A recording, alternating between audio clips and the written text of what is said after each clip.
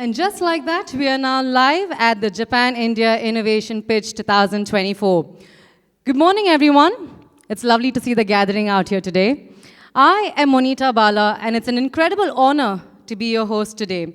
On behalf of the Ministry of Economy, Trade and Industry and JETRO India, I would like to welcome each and every one of you to JETRO's first ever innovation pitch in India. Can we start off this morning with a round of applause?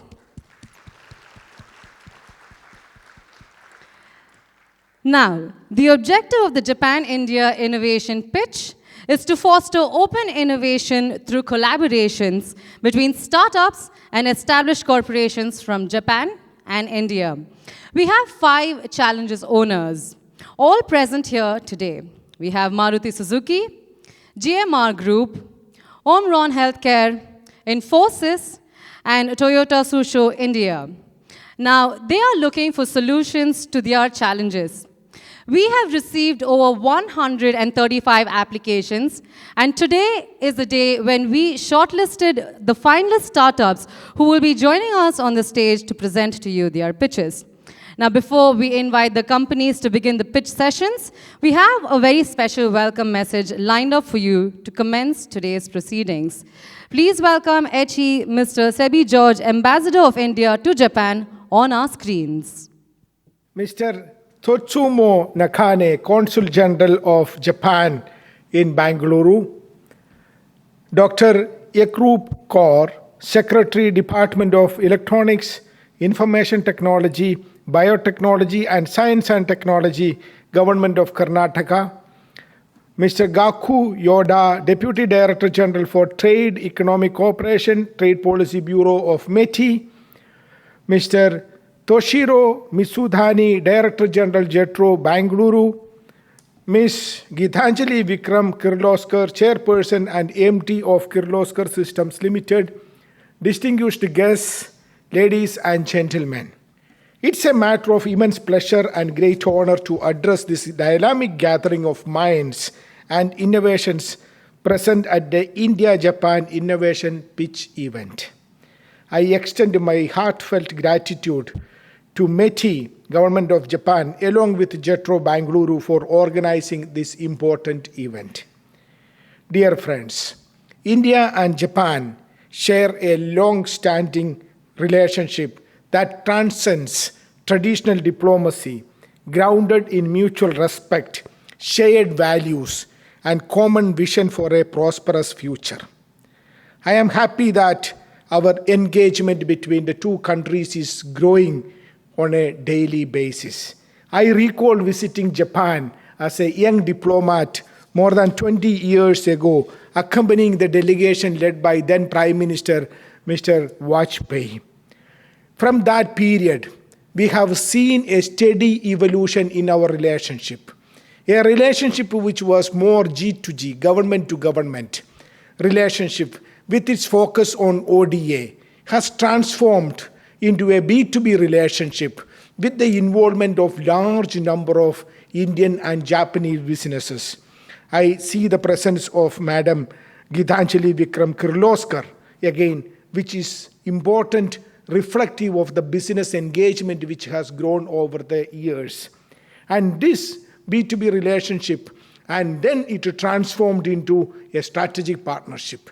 Today, we have special strategic and global partnership signed between our Prime Minister, Mr. Narendra Modi, and then Prime Minister of Japan, Mr. Abe, in 2014. And this year is the 10th anniversary of this special strategic and global partnership we entered into in 2014. And this year we are working together to further strengthen our partnership. I am very happy that last week we had the visit of Honorable Minister of External Affairs, Dr. S. Jaishankar, to Japan, during which we had bilateral meetings, also call on Prime Minister, His Excellency Mr. Kishida, and meeting with his counterpart, Madam Kamikawa, the Foreign Minister of Japan, and other meetings.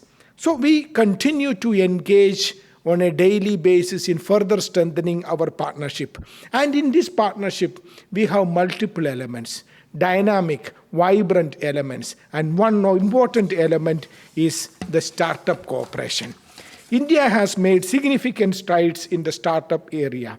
We now proudly stand as the third largest unicorn nation globally with 115 unicorns valued over $353 billion, I am told.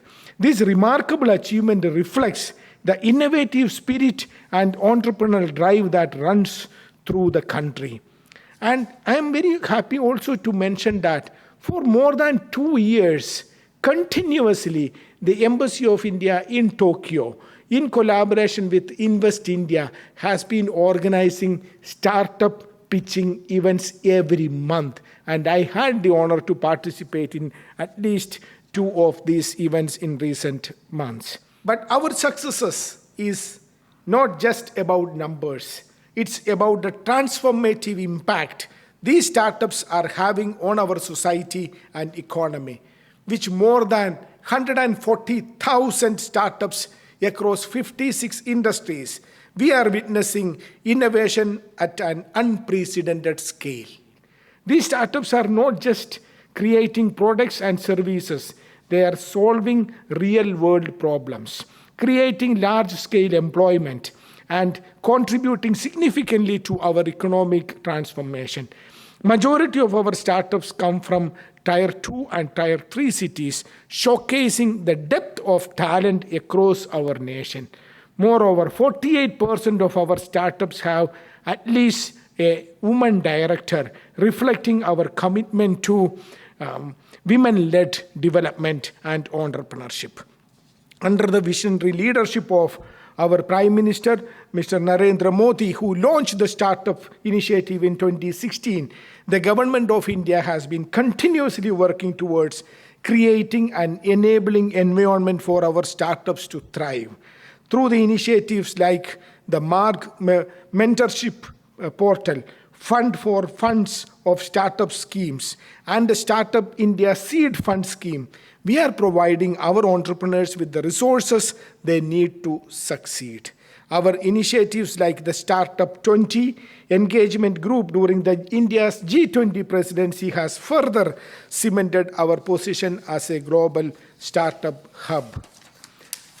I am very happy to see that today we are organizing this event with 15 Indian startups selected by Toyota, Tsusho, Omron, Infosys, GMR, and Maruti Suzuki to pitch their solutions today.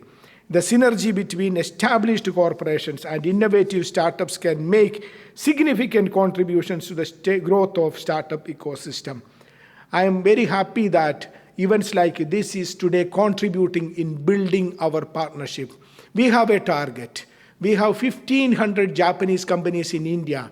My target is to expand it to 15,000. What we need is a quantum leap. I can see a huge momentum for India-Japan relationship in this country. In the last 1.5 years, I had the great honor of traveling all across Japan, visited all the 47 prefectures, and interacted with the businesses there, chambers there, and the political leadership. I see a momentum. It is for us to build on that momentum and convert it into real, actual, concrete business engagement. I once again wish everyone present here today a very successful event. Together, we can build a startup ecosystem that not only drives India's growth, but also contributing to solving global challenges. Let's innovate for a better tomorrow. Thank you very much. What brilliant words to start off our gathering today by the Ambassador of India to Japan, Mr. Sibi George. Thank you so much, sir, for your wise words. And now that the tone is set, it's time for us to move ahead. Please join me in welcoming some of our distinguished dignitaries present here today on stage to share with us a few words on this momentous gathering. Please put your hands together and join me in welcoming Honorable Tsutomu NAKANE, Consul General of Japan in Bengaluru. ಎಲ್ಲರಿಗೂ ನಮಸ್ಕಾರ.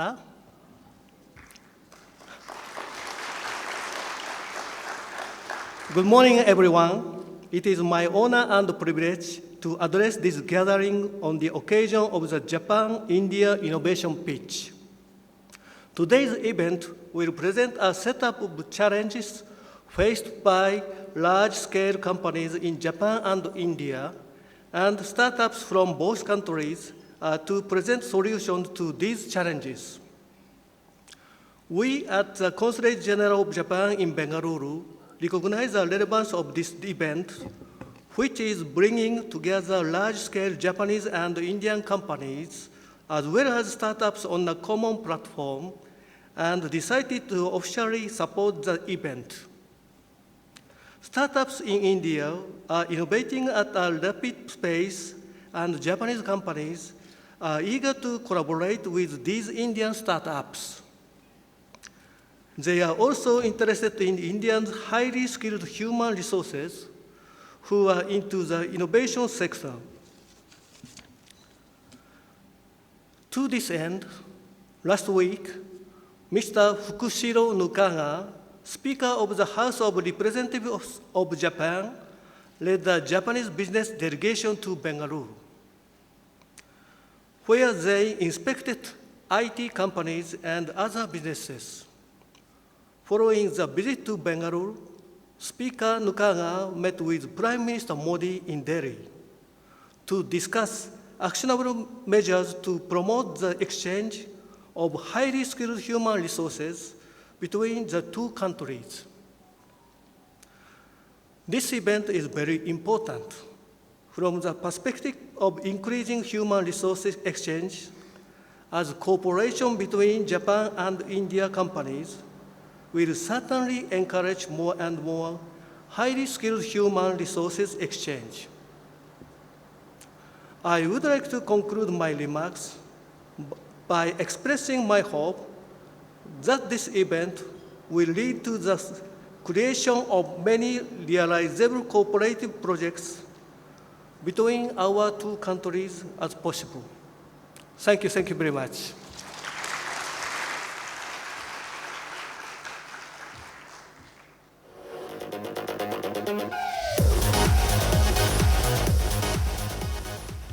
Thank you so much for your words of encouragement, Nakane-san. Lovely to hear from you this morning.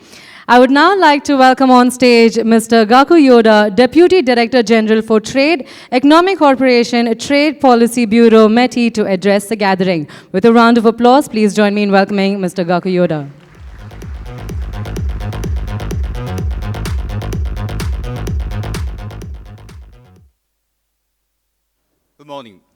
Good morning, everybody. I am YODA Gaku, Deputy Director General for Trade Policy of the Ministry of Economy, Trade and Industry of Japan, METI.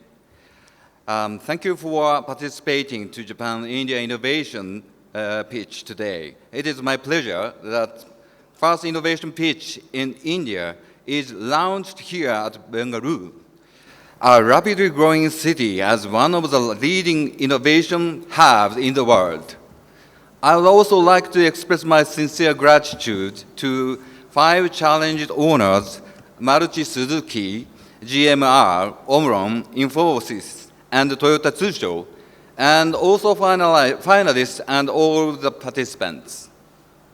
This is my second time to visit India, but the first time to get Bengaluru, because of its pleasant climate and free and vibrant atmosphere introduced as Silicon Valley of India.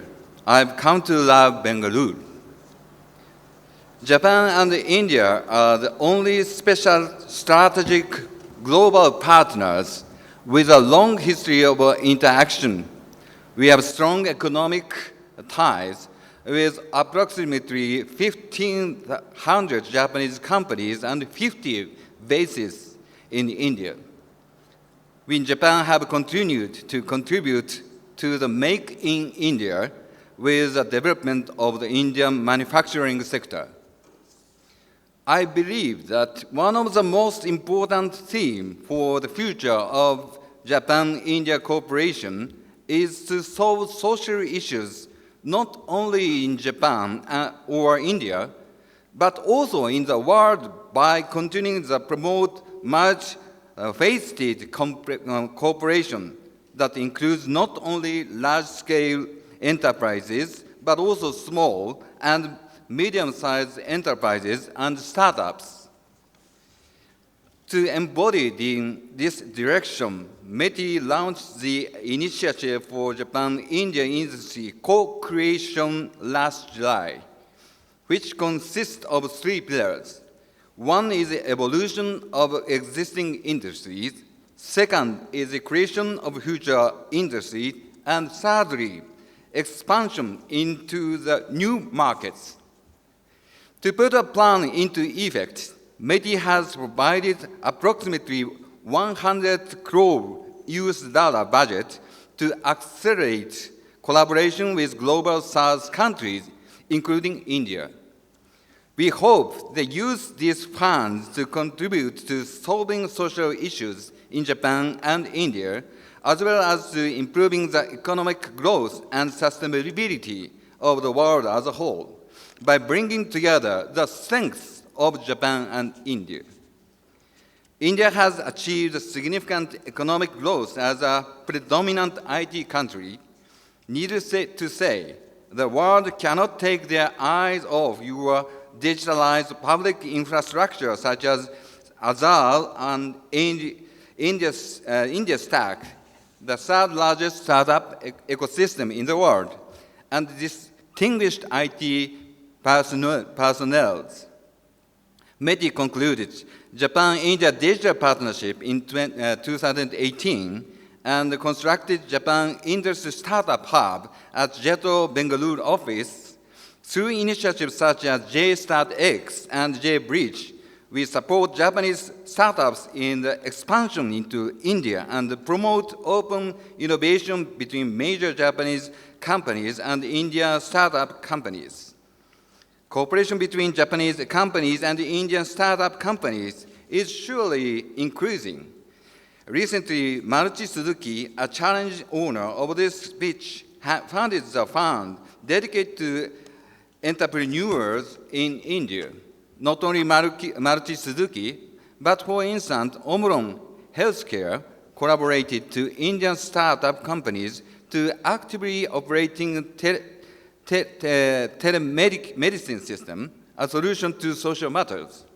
In addition to that, METI is promoting digital personnel exchanges, offering an internship opportunities, both Japan and overseas, dedicated to those who majored in IT-related fields in India and other global South countries. We intended to put more effort into revitalizing the exchange of human resources for years to come. This Japan-India Innovation Pitch is an event based on the concept that major Japanese and Indian companies and startups will bring their strengths to collaborate with each other to create innovation and solve social issues in India. In this sense, we believe that this is an important event that symbolizes the direction of the future Japan-India cooperation. I hope this event becomes a trigger to potentially foster concrete collaboration and enhance Japanese-India relationship for the future. Dhanyavada.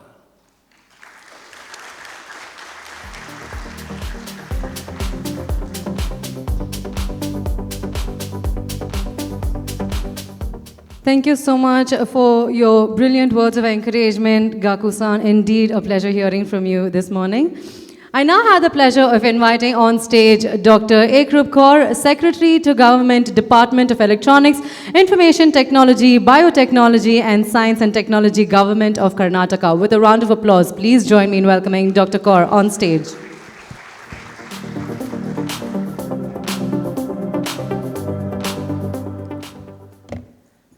Ellarigu namaskara. A very, very warm good morning to everyone.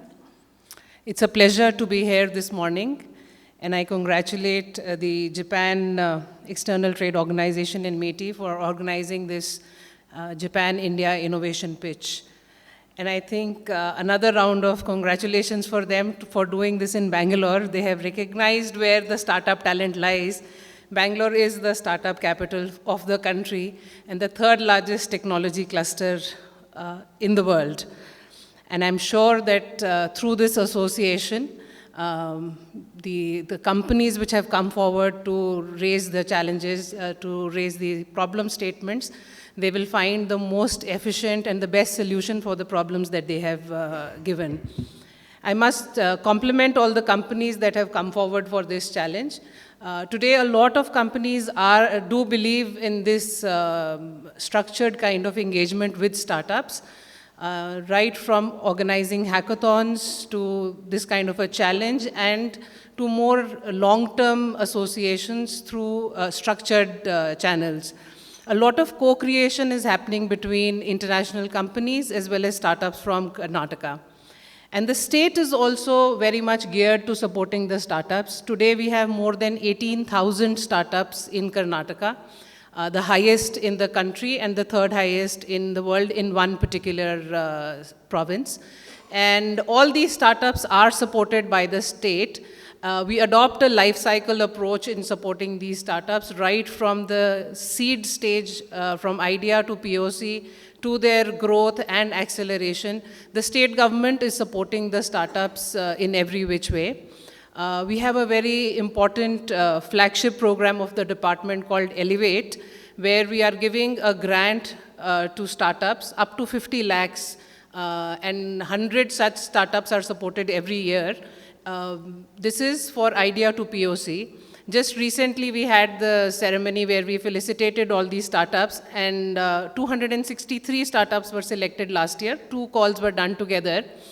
And it is a matter of pride to tell you that, more than 25% of the startups that were selected were women-led startups, and 30% of the startups came from places beyond Bengaluru.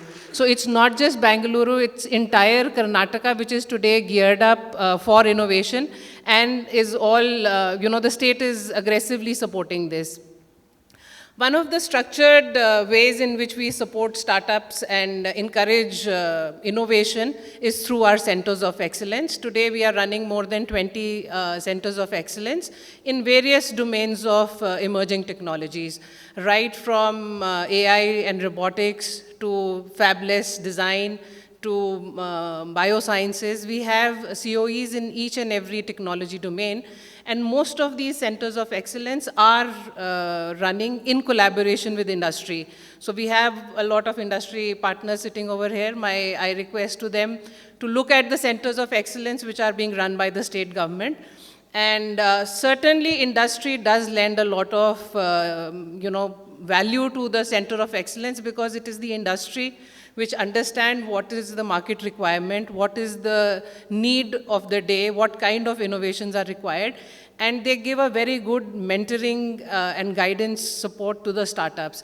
So it's a win-win for both of them. Startups then come up with the most innovative ideas which are adopted by industry. So both industry and startup collaboration does offer a win-win situation. And through our centers of excellence, we provide that platform for the industries and the startups to come together. Besides incubation, all these centers of excellence are also focusing on skilling and on R&D. And most of these centers of excellence are with premier institutes, starting with Indian Institute of Science, which is one of the top institutes in the country, to IIITB, IIT Dharwad, and all such other premier institutes. Some of the centers, premier institutes like NCBS are also located out of Bangalore, and a lot of work with startups is happening from there. So startup ecosystem certainly is our strength. We take a lot of pride in that. And recently we had also come out with the Bangalore Innovation Report, which clearly brings out the dominant position that the startups from Karnataka enjoy today. The ambassador was just mentioning that India is one of the top 3 in number of unicorns, with 115 unicorns coming out of India. With great pride, I would like to say that 45 of these 115 are from Karnataka. And just recently, the 3rd unicorn of this year, Rapido, also happened to be a homegrown company. So startup ecosystem certainly is vibrant, and all our strength and all, our energies are focused in nourishing, encouraging, and nurturing this segment. And I'm sure with such kind of initiatives like taken by JETRO and METI here today, both industries and startups will find new ways to collaborate, and the collaboration will take both industries and startups to a new level. Thank you so much for having me here, and thank you for organizing this.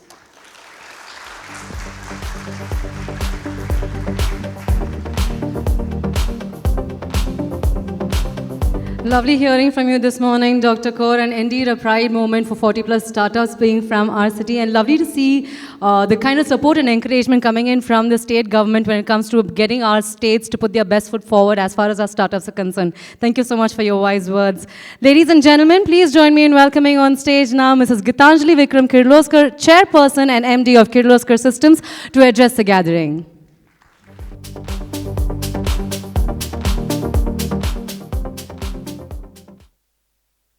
Ohayo gozaimasu and welcome. I would like to thank JETRO and METI for inviting me here today to be present and to speak at the India-Japan Innovation today. I believe very strongly in the India-Japan partnership.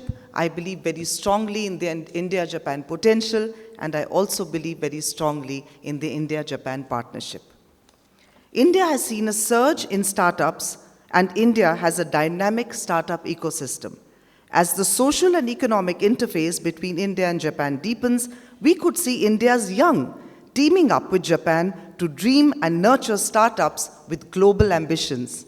It was very heartening to hear you, ma'am, and to understand that the government of Karnataka is supporting the startup ecosystem and giving it the required acceleration and impetus, and even more heartening to know from her today that 50% almost of the unicorns are from Bangalore. It was very, very interesting for me to understand that a large part of these startups are now from Tier 2 and Tier 3 towns. Because unless this culture penetrates into smaller towns, we will not get the scale that we require. Getting established companies to interact with startup and potential startups is a brilliant way to foster innovation, where management and market maturity today interacts with the dynamism and entrepreneurship of the new. The range of ideas and areas that this challenge covers across the 5 sponsoring companies, and we must thank them for it, are diverse and challenging.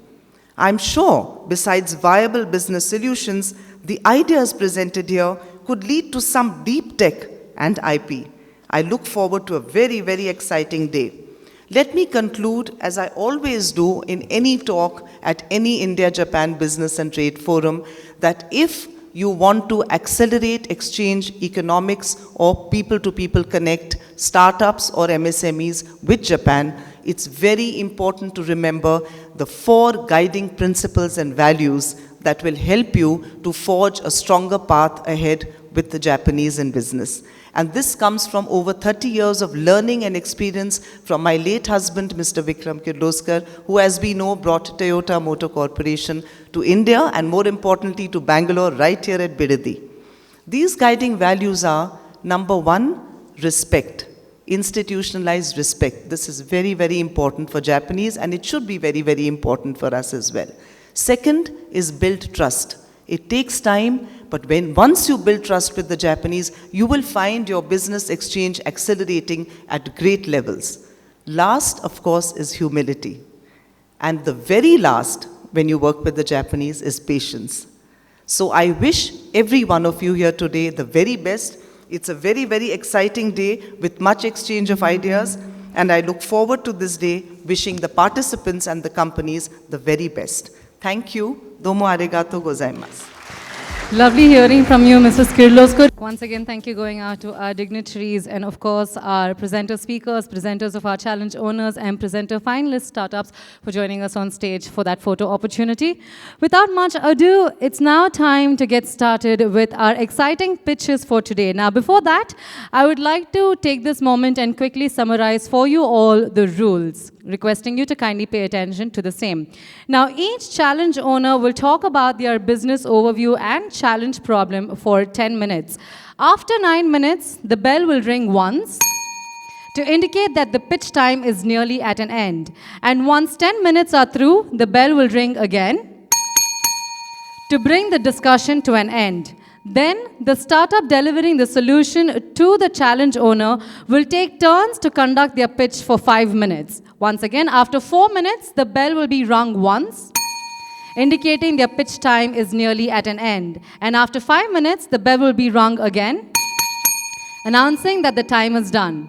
Then the startup on stage will spend 5 minutes for our question and answer session with the challenge owners. Once again, at the end of 4 minutes, the bell will be rung once, indicating that we have the last question coming up. And after 5 minutes, the bell will be rung again, indicating the end of the question and answer session. I hope the rules are clear to all of our pitch owners joining us out here to present to us your pitch. With that being said, let's move on to our first pitching session for today with Maruti Suzuki as the challenge owner. To deliver this challenge, I would like to invite on stage Mr. Hiroshi Sakayashi, Department Manager, Rural Sales, to the stage.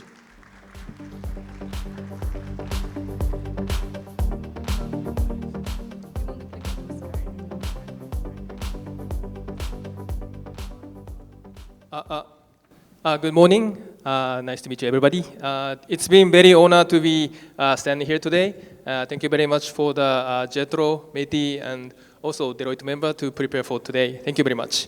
First, let me introduce about myself. My name is Hiroshi Sakayashi. I'm from the Maruti Suzuki Rural Sales team. So we provide a mobility solution to the Indian farmers and the village people. And my mission is to collaborate digital solutions with our rural sales. This is my mission. And before we start, my background, I'm from 70 years in the insurance business, and I had a chance to do startup investment activities 1 year in Israel. And after that, I was doing global technology research and digital transformation for the insurance company in Japan for 2 years. And from 2022, I came to India and working in this rural sales team. And I'm very much happy enjoying working in India. Thank you. Thank you. Okay, so let me start with the overview of Suzuki Motor Corporation, our parent company in Japan. So as we established in 1920, so more than 100 years ago, we established. And our head office is in Hamamatsu, which is the central part of Japan. And our employees, more than 72,000 people, and also number of the company we have is more than 100 companies around the world.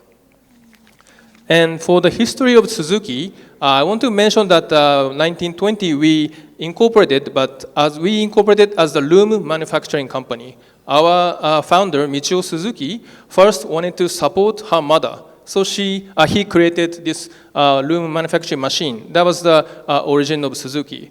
And after 35 years of the incorporation, we start creating our automobile. And 30 years from that, we started our productions in India. So as you can see, in history of Suzuki, there's many, many innovations and challenges through these 100 years. And as for the global sales, we can show here that the Suzuki is one of the top 10 automakers in the world. And also, we have top shares in 10 countries around the world, which I want to mention India is the biggest market for us. And as for the result of the last year, there's a chart for the sales and also production here. And I want to mention one thing is that you can see both charts that India is more than half of our globe. So India is one of the most important market for Suzuki overall. And this is the information about Maruti Suzuki. And I hope most of you here knows about Maruti, but I want to point out 3 things. That the one, market share #1 in India, and second, our sales capacity. More than 50% of Suzuki Group is from India. And at last, exports. We export cars more than 100 countries from India. So not only the sales, not only the production hub, but it's now export hub of Suzuki. And this I want to show is that the Indian market grows. So of course, India is growing, and now it's become a number 3 market for the automobile in the world. And now, as for the FY 2030, we are looking for this market's gonna be grow about like 6 million units of automobile markets. And we are aiming to getting shares 50% of this 6 million units. And more than this, we are now thinking maybe more than 20 million or some more, much more markets is still here in the opportunity for India. And as for aiming for these targets, we are now increasing our production capacity. So as you can see here, for the 2030, our target is to increase our capacity 2 times more than now. So it becomes 4 million units a year. And as you can see in the center part, so we are now starting a new factory in Karkoda. It's in Haryana, and it will be open this year. And another one is being planned. So in 2030, we are looking for another, now over the 4 million units of car, so double the size of the production now. And not only the production, but as we grow our production, we will also aiming for carbon neutrality. Because India is aiming for target for 2070 carbon net zero, we will be also aiming for this challenge. And as for this challenge, as you can see from the vision here, so there's many ways to try for this carbon neutrality. So, of course, electric vehicle and hybrid vehicle is one of the challenge we have. And another one is carbon complex natural gas, CNG gas, and also biofuel. These are the ways we are looking for. And as for the biogas, we have 2 initiatives. One on the right-hand side is a biogas plant in Manisar plant. So we already created a biogas plant inside of the factory. So we are trying to circulate our energy through the waste into the fuel for the factory, for the production. And the second one on the left side is the biofuel plant. We created this in Gujarat, and we are now doing a pilot there. So we are trying to produce our fuel from the cow dung. This is another challenge. And also we have new initiatives in India. We created one company, R&D Center India. We created it 2 years ago. And we are looking for new initiatives like developing talents and looking for new technologies of India from India. This is the one. And the second one on the bottom is Next Bharat Ventures. This is the ventures we launched last month. And this is the fund we are looking for to support social entrepreneurs in rural India. So these new initiatives are also going on. And before I go to my challenge, I want to mention one statement from our president, Toshihiro Suzuki-san of the Suzuki Motor Corporation. So he stated this last month with the opening of this Next Bharat venture. So that Bharat is about 1.4 billion people, but we have only reached about 0.4 billion with our mobility business. So our goal is to connect with the next billion people of India in rural areas, extending beyond mobility and becoming the part of India's future story. So from this statement of the vision, and introducing our challenge statement is to enhance Indian agriculture growth by collaborating with Maruti Suzuki. So we have established 3 challenges today. So first one will be, we want to solve many challenges in agriculture. So we want to collaborate with many agri-tech companies as possible, and we want to support them go to scale in the market. And we know that there's many processes and many challenges in agriculture itself, not only transportation, not only sales, not only harvest, everything. So we want to see widely to the many solutions and wants to discuss how we can collaborate and how we can support into the market. Okay, and the second one will be the fintech. I want to have some good finance solutions for Indian farmers.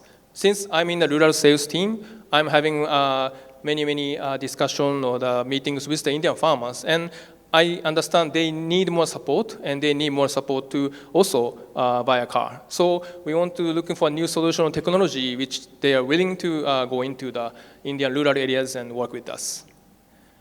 And third challenge will be the challenge for the biogas.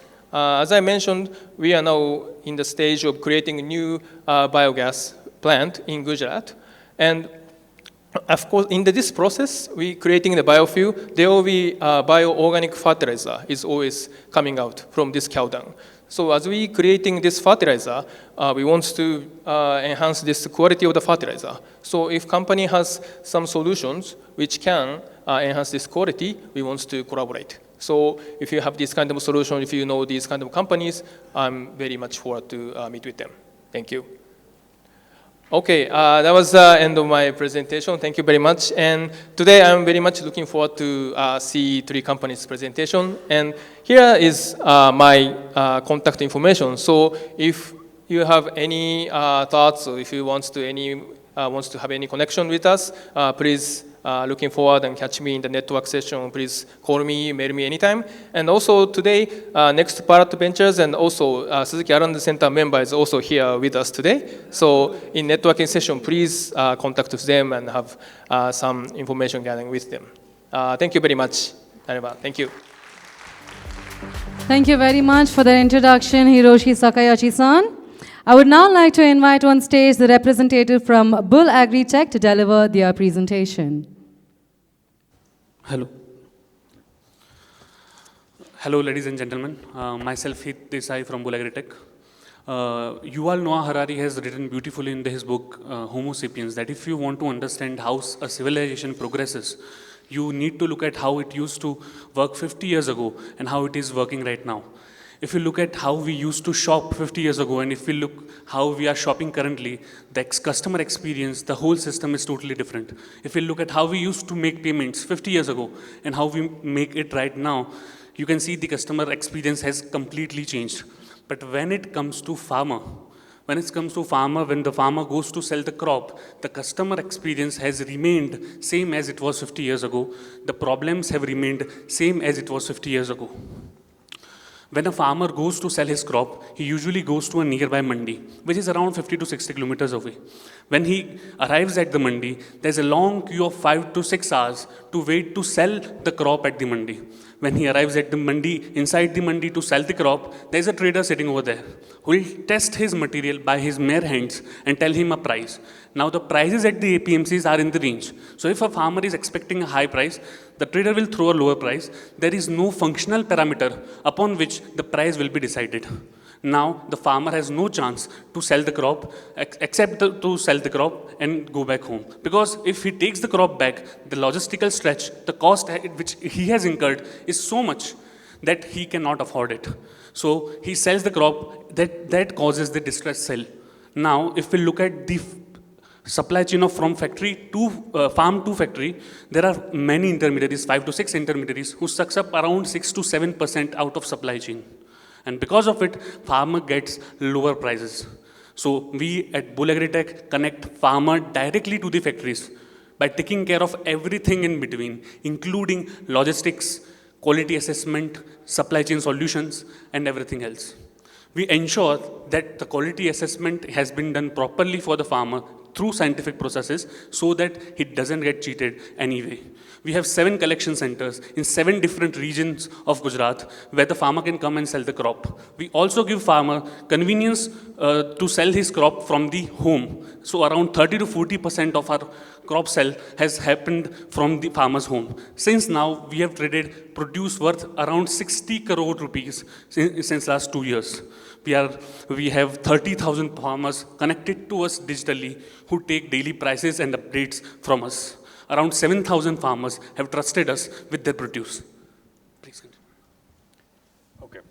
So being IT geeks, we could have easily gone for an app, enlisted farmers, and so on and so forth, as has been done in the industry so far. However, we went for a different approach. We went for a distribution first and an asset-light approach, wherein we connected 30,000 farmers with a very basic app, WhatsApp, which is available 95% of the phones worldwide and is accessible by almost entirety of the population. Since our inception, we've done trades over 60 crores, and by the end of the year, we target to cross the 100 crore barrier. We've brought our turnaround time to, So we've brought our turnaround time to 60 hours, which is a mere 2.5 days from farm to factory. And in a business wherein churning capital is most crucial, we managed to keep our ROCE, which is return on capital employed, at 37%. As far as sustainability is concerned, since inception, we've sustainably produced and delivered trades worth 5 crores, which is a testament to our commitment towards sustainability and profitability. Our partnership with Maruti Suzuki is not just strategic, but also visionary. With Maruti Suzuki's automotive prowess and Bull Agritech's vast network of 30,000 farmers, we intend 80% of whom are cattle owners, we are poised to lead the biogas revolution. Harnessing cow dung for biogas aligns perfectly well with our shared goal of sustainability and innovation. Together with Maruti Suzuki, we see immense opportunity to create a sustainable future benefiting farmers, industry, and the environment alike. Today, we invite partners who share our passion for transformative change with Bull Agritech's farmer-centric approach and Maruti Suzuki's industry leadership. We're ready to pioneer in a new era in agriculture. Thank you.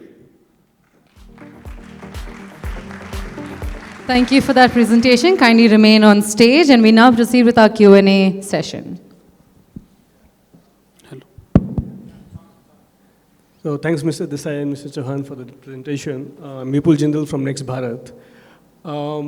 First of all, I want to know what kind of commodities are you trading right now, apart from the custard and you mentioned, yeah. Yes, currently we have worked in 3 commodities: soybean, mustard, and castor seed. In this season, we are going to get involved in groundnut, which season is coming, and also we are getting into maize because ethanol plants are setting up in huge scale, and they have interest to purchase maize and maize directly from the farmer.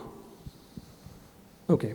And what are the geographies you're focusing on right now? Currently, we initiated our operations in northern Gujarat plate, where the cooperative movement started. And as we know, Suzuki has collaborated with Banas Union. I come from a cooperative legacy where my forefathers were founding members of Sabar Union, which is directly connected to cooperative movement. Okay. By the way, why did you start this? Like, what made you come up with this idea? So, as I said, books have very impacted my life. And when I read Steve Jobs' biography, I thought, now this is something how you can change the world. But right after that, I read autobiography of Dr. Verghese Kurian, who is founder of Amul. And after reading it, it got into my mind that if you can impact the life of a lower social economical stature of India, even by 20 to 30%, there's a lot to be done in that sector. And that inspires us a lot. And having seen a successful movement like Amul gave us confidence to work in this area. Because as we are computer science graduates, we didn't know anything about agri-tech when we started. But farmers have taught us many things, which has helped us. And it works both ways because it not only becomes we can be profitable and make money out of it, but at the same time we are doing something for the environment, for the betterment of a community which in itself is not able to pull itself up. But if with our support and with our help, if that can happen, it leads to a better future for all. What's your monthly revenue look like? Currently, if you look at our sales, our monthly sales are at around 1.5 crores. Our GMV is at around our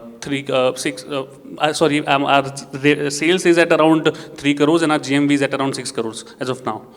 Our gross margin stands at around 3 to 3.5% per transaction.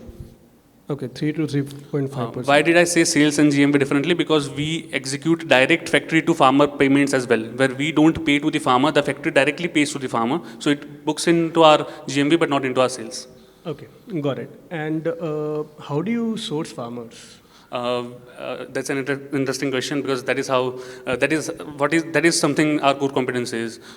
We go into the villages, we make sure we do awareness programs, and then we onboard them into WhatsApp. And WhatsApp works like a miracle for us because compounding effect has benefits like no other. So once a farmer gets into the WhatsApp group, he receives our daily prices, he comes to trade with us, then the whole system starts. And it starts with cluster by cluster. If a single farmer is coming from a village and gets a better customer experience, the business grows organically because farmers tell each other their experiences when it comes to market experiences. I would like to add one thing. Just last week, in fact, yesterday, we've just come from the community only, and the entire team that sits at our head office in Ahmedabad were all on ground and at different locations across northern Gujarat, trying to, get the know-hows of farmer dealings, and that's how we generally enroll them on board. And how many farmers are on board right now? So far, the latest number goes 35,000 farmers. And how many of them are actively using every month? So if we look at the deliver to read ratio in the WhatsApp group, it is at around 80% on message by message. So sometimes it can be 75%, sometimes it becomes 85% when it comes to sales. So out of 35,000 farmers, 30% are castor seed farmers. So if you look at the castor seed farmer ratio, around 40 to 50% farmers have come to do trade with us. My last question would be, what is the average increase the income of the farmer because of your services? Around an average farmer saves 5,000 rupees by trading with us. An average. Thank you. Thank you so much. Thank you so much. Arigato. Thank you, representatives from Bull Agri-Tech, for joining us and for that brilliant presentation. We now invite our presenters from MUPE to kindly join us on stage to put forth their pitch.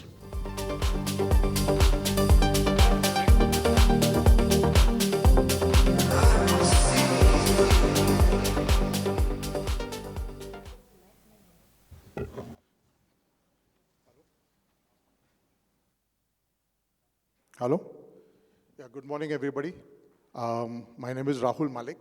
I'm representing MUPE, which is a division of Stellap's Technologies, an agri-tech company, which has been operating for about 10 years. Just quickly take you through some background. This is some of our investors. We are, as you can see, a good mix of financial, strategic impact investors. We were incubated at IIT Madras, and we've got Bill and Melinda Gates Foundation as one of our key investors, along with Bloom Celeste. The entire organization is actually powered by Stellap's technology across IoT tech and analytics. We've also got a dairy supply chain organization, which is collecting milk from farmers. And all of this is layered in with financial services and input and advisory services. I run the financial services business for Stellap's. We have an end-to-end digitization across the value chain, right from the farmer. On the left-hand side, we have devices on the animal itself, which can track the animal, and right up to the QR code for customers, where they can actually track where this milk has come from, when was it produced. There is a complete traceability track that is available for those customers who want it. And this milk is now being sold by Mumak at various locations. Our financial services piece obviously sits on top of this because we have got the ability to build strong relationships with farmers. And you can see right from credit, insurance, banking, farm improvement services, all of this is available via our stack. This is the spread of Stellap's. Stellap's is now in 40,000 villages in India with its equipment, and it's collecting nearly 14 million liters of milk go through this technology stack every day, with over 3.5 million farmers onboarded on this stack. This is just a quick image of what is it that is collecting all this digital data. We are getting primary digital income data for farmers at the village every day, twice a day. It comes up into the cloud. On the top left-hand side is the actual equipment that goes into the villages where milk is collected. Farmers line up like this every day in front of the dairy and pour milk twice a day. And all of this data, like I said, is coming up and giving us incredible insights into what is going on with the quality of milk, the quantity of milk, and also, therefore, the price and the income that they have. And all of this, we are able to turn around and provide using digital infrastructure of India, provide payments to them. So what are we trying to solve here? We had all this data. Gates Foundation came in and said, listen, there's a huge data trove here. What can we do with it? And these are the problems which some of you must be familiar with. There's total lack of focus on small and marginal farmers in the industry. I've been in the lending industry for over 30 years. I was last the head of retail banking for Jana Small Finance Bank. I was head of ICICI's home finance business. I've been in ICICI for many years. I've done this for across the country. I've done small finance, I've done microfinance, I've done agri, and that was the opportunity that presented here to make a difference. So there is no income, no farmers, the income we don't come to know, it's all in cash. The average distance to a bank branch is over 20 kilometers. There is no savings. 66% of farmers have never accessed formal financial services. They don't have a credit bureau report like most of us do. So this is what we have. This is the stack that we've built, right from payments, banking services. There are multiple loan products, insurance and savings that we can offer.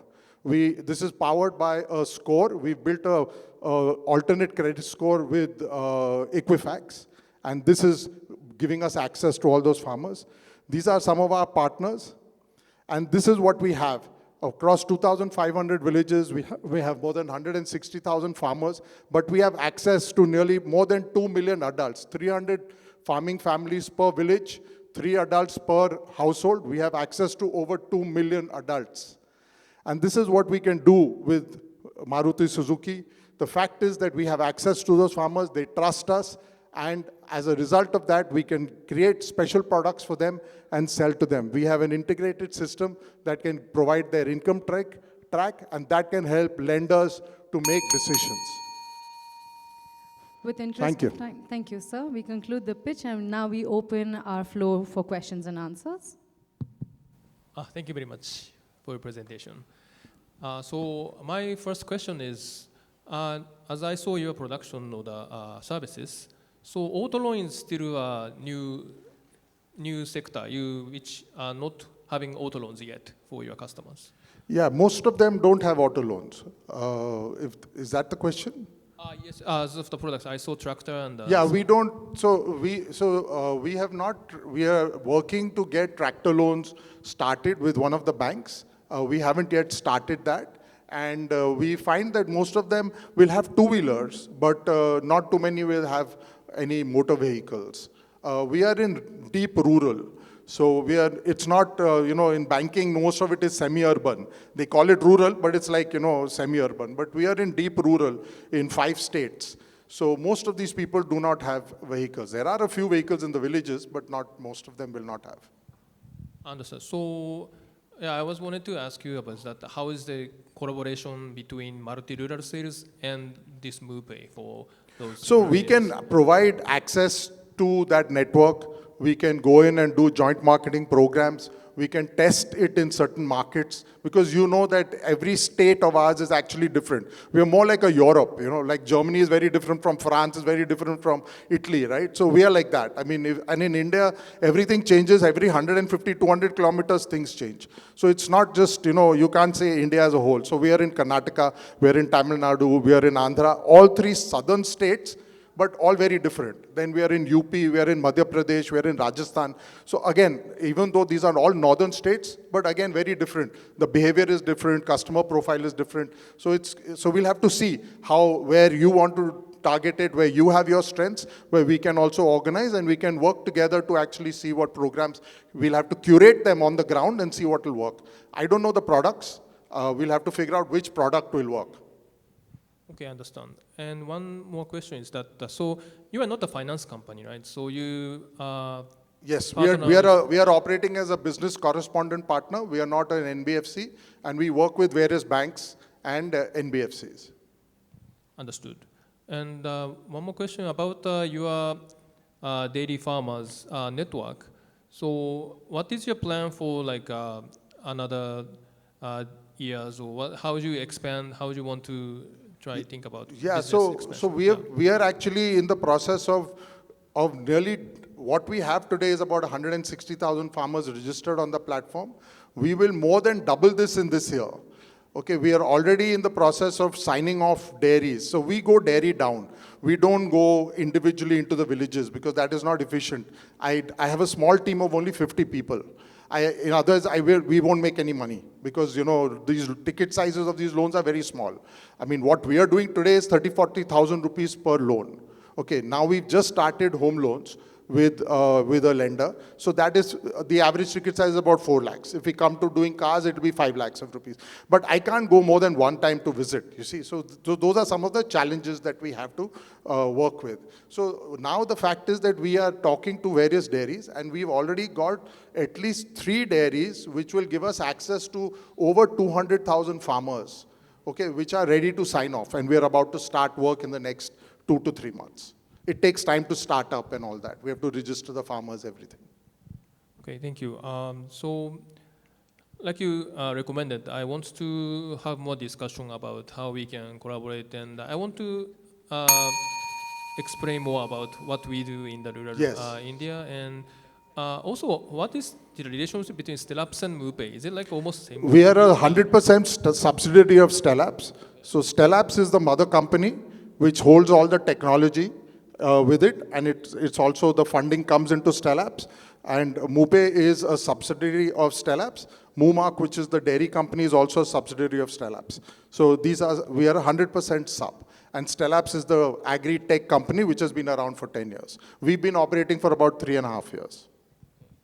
Understand. As for discussion, so I want to visit your offices and yeah, let's have you're welcome. Yeah. Absolutely. You'll get an idea. We are not far from here also. We have some sites which are only 90 kilometers from here. And just for the information of everybody, just let me tell you, 90 kilometers from Bangalore, it is 50% new to credit. 50% of the farmers have never accessed formal credit before. So it isn't as if it's a deep rural problem only. So just in case anybody thinks that, oh, this is only in the villages, it isn't. Even 90 kilometers from Bangalore, it's a 50% problem. And over 50% of our farmers are women, by the way. Thank you very much. With that, we'll conclude the question and answer session. Thank you so much, sir, for joining us out here and for presenting your pitch. I would now like to invite on stage the representatives of Navratri Innovation to deliver their pitch. Thank you. A very good morning to all. My name is Sisir. I'm here on behalf of Navratri Innovation, and we are here to present our solution called Heliot. It's a solar, AI, and IoT-powered precision farming system for the smallholder farmers. So before we talk about the solution, I'd like to take a moment and highlight some of the issues we are facing on a daily basis, which is that India is the largest country in terms of population and accounts for nearly 20% of the population. But we have only 4% of the freshwater resources. Out of this, we are using more than 80% for agriculture consumption. And the climate change is making all this extremely difficult for the smallholder farmers to continue performing agriculture as a sustainable livelihood. So one of the problems we have highlighted or we are looking at is the inefficient use of water and agri-inputs in the smallholder farms. So the reason is they do not have accurate and live information about what is happening in the farm, whether it's field data or whether it's weather data. And they do not have deep technology solutions that are cost-effective and can enable them to provide remote irrigation and scheduling of irrigation and other farm activities as well. So as a result of that, a lot of them have to travel to very remote areas in the middle of the night sometimes to perform irrigation, and they face a lot of mishaps, sometimes even causing death. The existing solutions are obviously targeting large and commercial scale farms. So what is Heliot? You have Heliot in the center. It collects the data from the farm and combines that with the meteorological data from the scientific community and provides the live data to the farmer in various forms, whether it's a smartphone feature phone or a dashboard. And it also is capable of performing autonomous irrigation all by itself. Obviously, being for the smallholder farmer, it has to be extremely cost effective, and it is crop and geolocation agnostic. So what is the total market? The agri-tech market in India alone is expected to be nearly $8 trillion by 2030. And if you include the clean tech solutions where Heliot can play a role, and it crosses nearly $3 trillion. So this is what we have already impacted. So there's more than 8,000 farmers who are impacted with our solutions through our partners, and we are targeting more than 1,000 plus installations in the next 12 months. We have also installations outside India as well. We believe in partnerships, so we are looking at partnerships with various organizations that work in this space.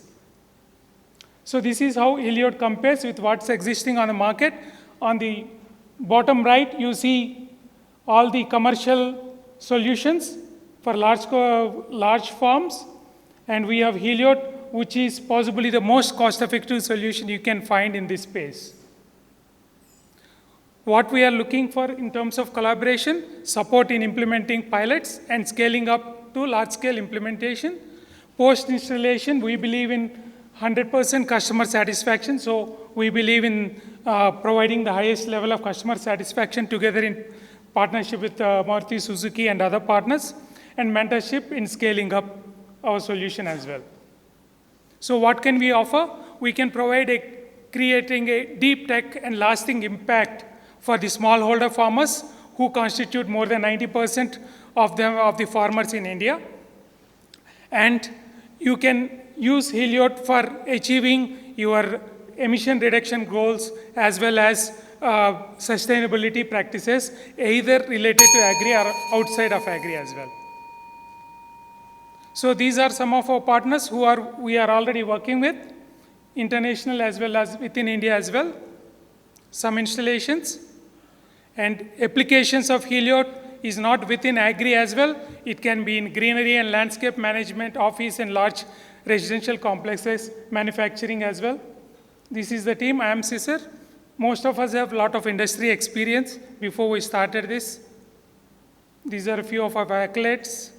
We have a patent filed and 5 trademarks granted. That's it. Thank you. Thank you, Mr. Cesar. We now open the floor to questions.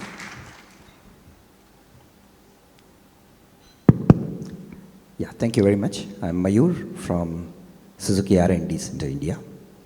First of all, very happy to know that you are doing this. What was the motivation to start this venture?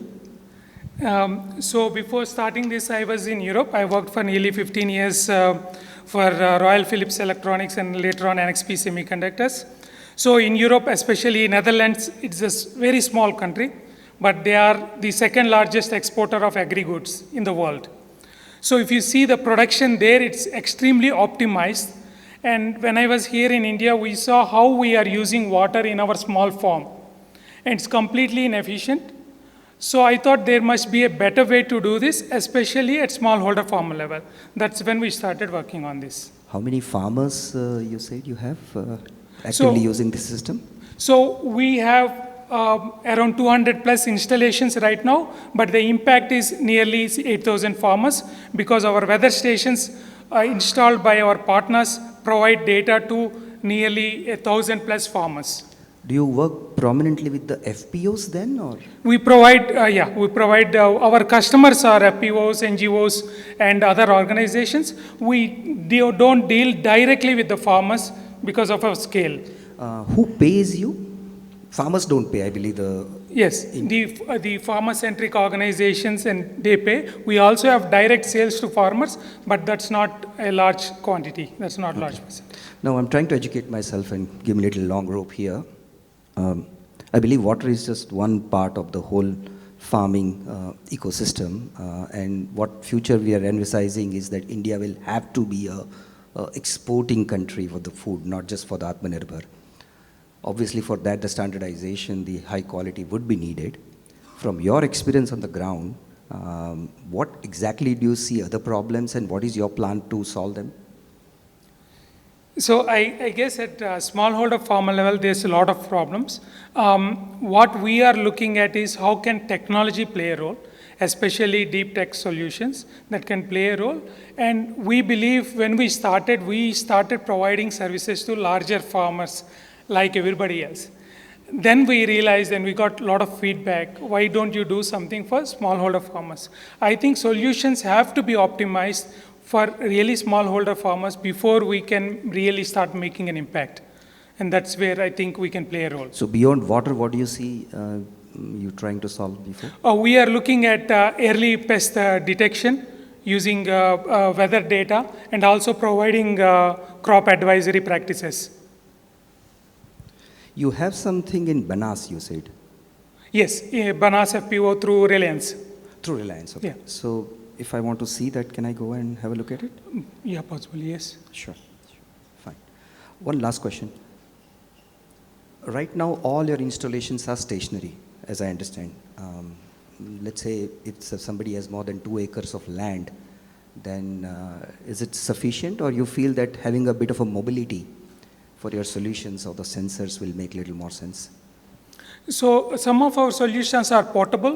Okay. So they are handheld. So they're solar powered as well. So you can carry along and get measurements from various parts of the land as well. And each solution, what we have, I mean, it controls the irrigation solution, it controls whatever the pump is controlling. It could be more than 5 acres as well. Okay. Thank you. Thank you very much. Thank you for the question. So thank you, Mr. Cecil, for joining us out here and for that brilliant pitch about Maruti innovation. With that, we will move on to our next presentation. I would like to invite on stage Ms. Aruna Maridu, Head of Innovation for Hyderabad at GMR.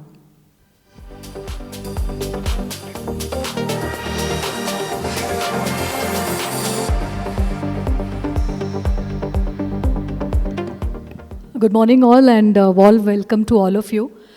First of all, I would like to extend my gratitude to the organizers, partners and sponsors for bringing all of us together to a single platform. We are GMR Innovex, an innovation arm of the Hyderabad airport. We right now are working on a lot of collaboration on deep tech, artificial intelligence, robotics, and multiple things, blockchain, etc. But today I'm super excited to actually, listen to all the wonderful pitches made by great innovators. And before we delve into the challenges, we have a small video for all of you to, just get a glimpse of what GMR as a innovation arm is actually doing. Can we have the video, please? Welcome to the tech world of GMR Group, where innovation is our middle name. We're all about shaking things up and sharing ideas with our cool stakeholders. At Innovex, we're like tech wizards playing with all the latest toys: video analytics, machine vision, blockchain, drone tech, contactless tech, augmented and virtual reality, IoT, RPA, digital twins, autonomous solutions, green hydrogen, carbon capture, storage and utilization, battery tech, you name it. We're not just chasing trends. We're hunting for tech treasures that will revolutionize how we do airports, energy, and more. Our team has engaged with over 200 startups, tested out 40 cool ideas, and even adopted 8 solutions from 6 startups into our big GMR family. We've even sprinkled some cash into few promising startups. So, fasten your seatbelts. Here is a glimpse of our initiatives. We have concocted to bring a magical touch to the shopping adventure at Hyderabad Duty Free. Picture this, an exciting blend of conversational AI technology guiding our travelers through a virtual world of products with all the information you need at your fingertips. To jazz up our pricing game, we peek at what competitors in Dubai, Singapore, Gatwick, Delhi, Mumbai, and Colombo are up to. It's like having a secret weapon for making savvy pricing moves. We are collaborating with another startup to automate the preventive maintenance task of airport assets for the technical services department to improve efficiency, reduce costs, and extend the life of our assets. We're whipping up some AR/VR magic to spice up airplane upkeep and enhance driver alertness in BMA and tarmac, all to treat our crew to some brain-tingling training adventures. Exploring the exciting world of graphene, we're diving into various cool applications like boosting battery storage, supercharging solar panels, and even flexing in building materials, making concrete and bricks tougher and crack-resistant. We are exploring a genius plan to beat air pollution by trapping pesky particle pollution from sneaky sources like generators and chimneys, purifying the air, and transforming CO2 into cash-worthy calcium carbonate. We are also exploring the use of sophisticated drone technology in our thermal power plants for inspection of coal heaps, chimneys, volumetric analysis, and many more use cases. Green hydrogen is a key focus in our Energy 2.0 initiatives, as we explore its potential to revolutionize the energy landscape. So, as you have seen in the video, we have actually collaborated with multiple, startups in the field of sustainability, artificial intelligence, robotics, and blockchain. But what is actually exciting is to stand in front of you all and be able to represent GMR as a group. What is it actually doing in terms of innovation? And today, as we are going to actually witness the brightest of minds do the startup, we are super excited to see. I would like to just take a minute to actually explain the challenges we have, as we are actually working a lot on the remotely controlled equipment, not only at the land side but also on the air side, and change how we can improve the passenger experience at the airport. And the other one is on the real-time assessment of the IoT-based devices. We have worked with quite a amount of startups, but still I think there's a lot of improvement, scope for improvement which we have seen. So these are the two challenges on which I welcome the shortlisted startups to come and pitch. All the best, and thank you everyone. Thank you, Ms. Maruti, for joining us and for that informative video focusing on GMR with terms of innovation. Ladies and gentlemen, with that, let's begin with our pitching session for GMR. I would now like to invite on stage the representatives of IOTEL to deliver their pitch. Namaskara and konnichiwa to all. My name is Priyank Sharma. I am the founder CEO of IOTEL. So IOTEL is a startup. We started in Jan 2021. We are based out of Bengaluru, and we also have an affiliate company in Tokyo. We are completely bootstrapped, self-funded, and revenue-generating organization. Currently, we are a team of 15, and these are some of the trademark logos of some of our product. So what we have observed is most of the industrial business houses, they are struggling with unplanned downtime, which is primarily because of inefficient equipment maintenance, right? So we have come out with some solutions. Twinverse, which is our digital twin platform. It is having IoT, 3D, XR, and GenAI capabilities, which can offer predictive analytics and real-time insights. And using this, business houses can increase their operational efficiency and can reduce their yearly revenue losses. I am having 26 years of experience, having spent 15 years in Japan, 1+ year in US, 1+ in Sweden, and rest in India. And these are some of our accomplishments. The picture you see was developed for Japan Post through Rakuten Mobile. The hardware, firmware, and software was all built from Bangalore, shipped to Tokyo, and it was installed in 20 different locations within Tokyo, and the prototype was tested for 2 months, 24/7. The uniqueness was it is a battery-powered solution. Apart from this, we are currently doing a cohort with Maruti Suzuki, along with IMB NSR Cell, which is their cohort 3 mobility program. So we are yet to decide on the use case. This is the problem. So industries are facing close to $1.5 trillion of losses, which is around 11% of their yearly revenue. And this is what we want to save them from. Our solution, digital twin platform, Twinverse, which has ThingsPad, which is an IoT platform for data acquisition.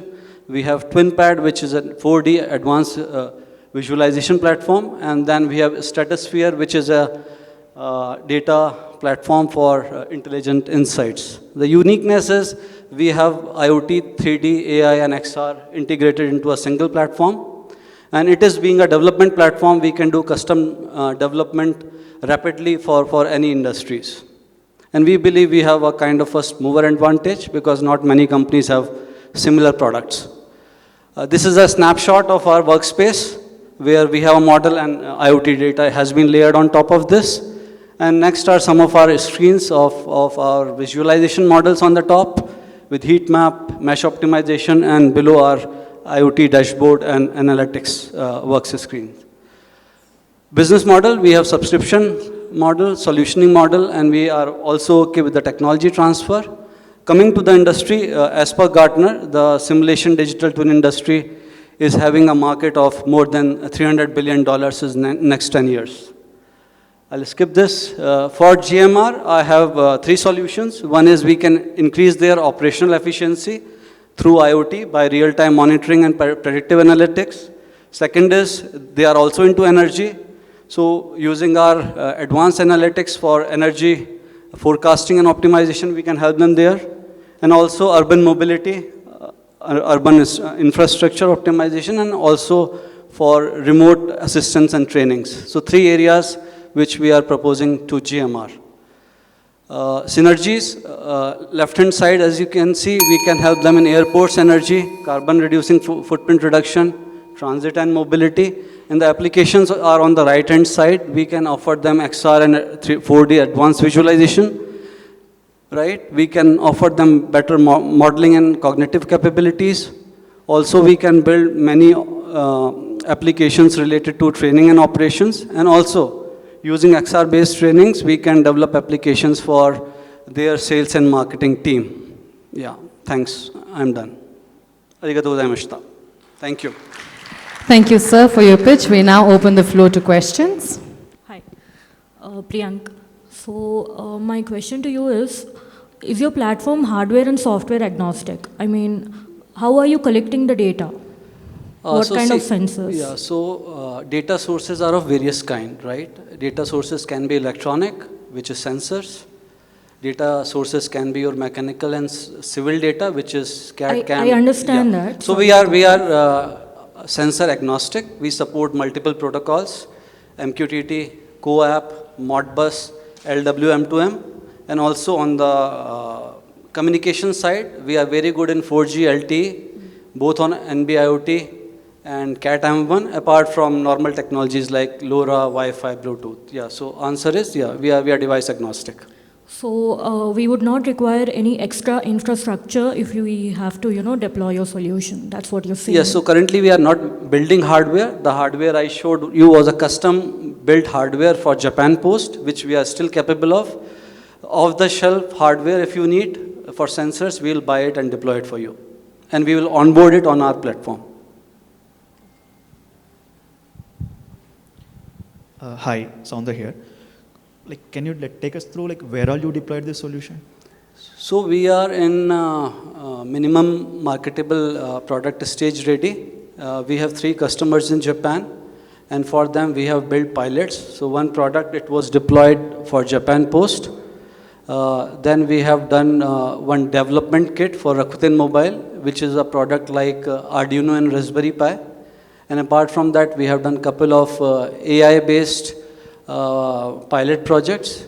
And also we are good in camera-less technologies. On the AI side, we think we are good in computer vision and camera-less based radar technologies where privacy is a concern. People do not want RGB cameras to be used, right? So we use radar-based technologies. So I presume what you did in Japan is more of a predictive maintenance. You deploy your hardware and then you try to prevent the downtime. So it is a battery-powered asset tracker which has IoT and AIS capabilities. At that time, we did not have digital twin platform, right? Could you share the case study of it, what you helped achieve them by the deployment of that pilot? So Japan Post has 2 requirements, right? In the countryside, so they go to post 4 times in a day to collect letters. So in countryside, if the letter is not there, they need not to go, right? So they will save on labor cost, which is a contractual labor. They will save on vehicle, which is again on contract. If they are not going, they will save on gas, so they will also contribute to carbon footprint reduction, right? So better resource utilization. In cities like Tokyo and Osaka, you may not be knowing, letters are heavily used in Japan, and quick commerce and e-commerce guys also used postal boxes to insert, say, t-shirts, jeans, and other things, right? So what it does, it clogs the post box, right? So it results in overloading, clogging. So in cities, to provide better user experience, as and when the post box is clogged, right, you have to go and clear it out. So no matter whether it is 4 times or 20 times, as and when there is an alert, you have to go and clear it. So in the countryside, better user experience, and in the villages side, to save cost and resource optimization. Sure. Quickly moving to construction, like what I presume is more of a planning of a construction. So construction life cycle starts from design, right? So on the design side, you can do, architects and designers can do modeling, right? And if you are in a real estate industry where you want to sell your, say you want to sell your asset, right? So for marketing and sales activities you can use. For a GMR kind of infrastructure, I can do a full digital twinning of your airport maps and the plans, right? But I will need data.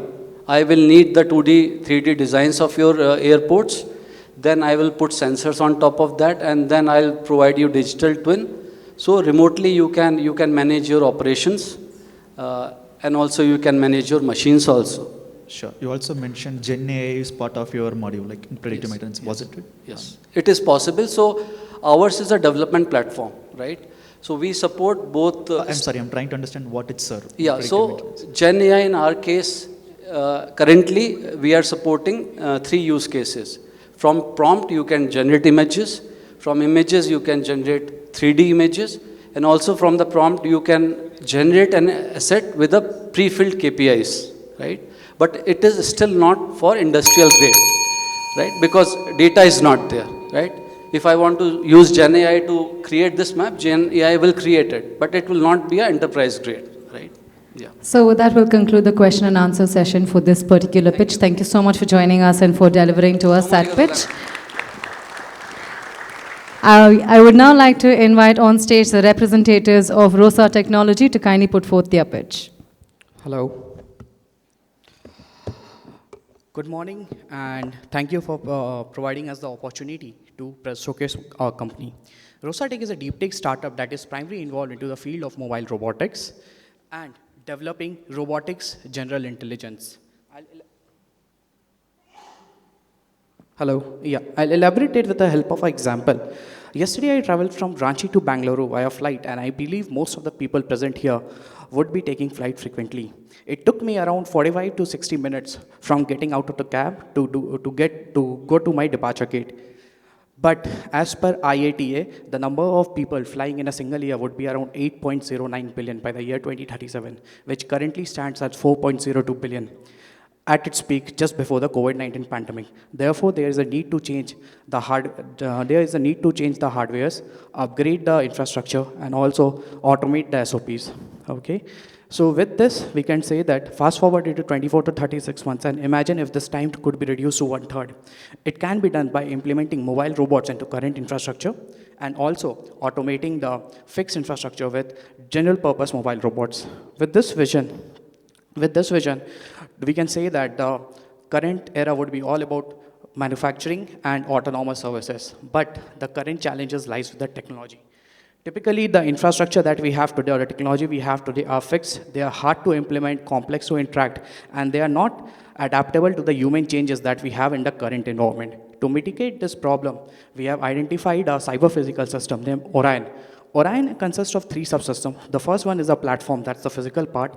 The second one is a cross-platform, and the cross-platform control and command center that act as a link between the platform and the autonomous stack, and also act as a user interface. And the third one is an autonomous stack that typically help to take the mission-critical decision. When this 3 subsystem works in conjugation with each other, typically automate a mission-critical application, okay, while minimizing the amount of manpower required to automate and significantly reducing the time to automate as well down the line. The next slides are all about our platforms that we have developed. The first platform, Taurus, was built for processing plant and mines, typically the dry bank handling industry. And the second platform is the command and control center that we have. Typically, this is a cross-platform application that acts as a single window to manage, debug, and control our overall robots and its fleet. The third part and the most critical part of our system is the perception stack, autonomy stack, and the interaction stack. Typically how this deals is it helps the robot to understand the environment, localize itself within it, and automate the overall process down the line with minimum human intervention. Typically, these are the trials that we have conducted with our clients as of now. Now, moving from the technological part to the business part of it. We are a young startup that is generating revenue. Last year, we closed at 2.14 crore. Our revenue sales typically come from the subsystem sales with having a net of 10% profit, but this is going to change abruptly as our platform is now in production. We also have a strategic GTM strategy that typically start with our client trials, followed by a robot as a service, where we sit with our client and build a strategy to have a large-scale deployment. Here, what we do is this also helps us in larger-scale deployment, and down the line, it helps us with the annual maintenance contract. With this strategy, we have onboarded customer biggest Tata Steel and Jyoti Sharo Rubber. Also, we are in talks with Jindal, Coal India, and SAIL. These customers are having a similar client persona. Now, the most important question, why us? So we have some global competition working in a similar industry, but with different strategies. Here, I would also like to bring that we are an IP-rich, vertically integrated startup that is working to develop robotics general intelligence that will help to automate the task very easily. What we are looking, so what we plan with our customer is we help them to optimize their OPEX and increase their productivity, and down the line, we are looking to market access and industry acceptance. Me and Saket are the co-founder and having a team of 30+ members who collectively bring on the experience of 40+ years. These are some of our mentors. We are also setting up a strategic plant where we plan to develop an integrated facility for research, testing, and design, and this would help us to propel our products. We are also supported by many cohorts which are there, and these are some of them. And we are also aligned with 9 SDGs out of 17. Thank you. Thank you for that presentation. We now open the floor for questions. Thank you for the presentation, Rohit. My question to you is on the perceptive-based, robotic solution, what you have built. Since, you spoke about aviation and, like the numbers from IATA. My question to you is, are these robots agnostic to the first-time travelers? I mean, there's a certain level of anxiety in the travelers who are traveling for the first time. And how agnostic are they to, what kind of tweaking can be done for these robots to actually ease the people who are traveling for the first time, and especially since ours is a country which has diverse languages, its ability to converse in multiple languages. So typically what we can do is we could, as we already have a cross-platform SDK, this can be built over the platform that the first-time traveler can be developed in an interactive way and can interact with the robot down the line to help them to navigate their way into the airport. That's one of the things that we could do. Other than that, we have identified around, just a minute, I'll take you to the, if you could, presentation. What we have done is we have done a sector agnostic mapping of what problems that we could solve with aviation sector. Typically from runway inspection, going towards the automation in your whole airports, starting from typical customer food delivery, starting from the restaurant and going to the customer and near the gate. So that kind of solutions can also be developed. So the whole technology, as a startup, we don't focus on creating a robot or a single use case. We would be focusing on creating the technology down the line and scaling our platform. We would be working with vendor partners who would be taking up APIs, SDK, and other specific, you could say, hardware integration to do these kinds of application development down the line as we scale. So the whole idea is to become a technology enabler with the help of robotics. Right.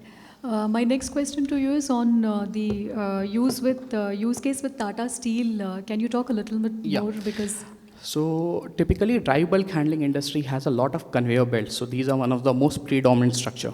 Right now, in a 2 to 3 days cycle, this whole conveyor belt is stopped that ultimately hamper their production to do a mere cleaning job. And as per basically ILO, around 44 million non-fatal and 1,000 fatal accidents has happened in this area typically due to, and this area expecting to the majority of the loss.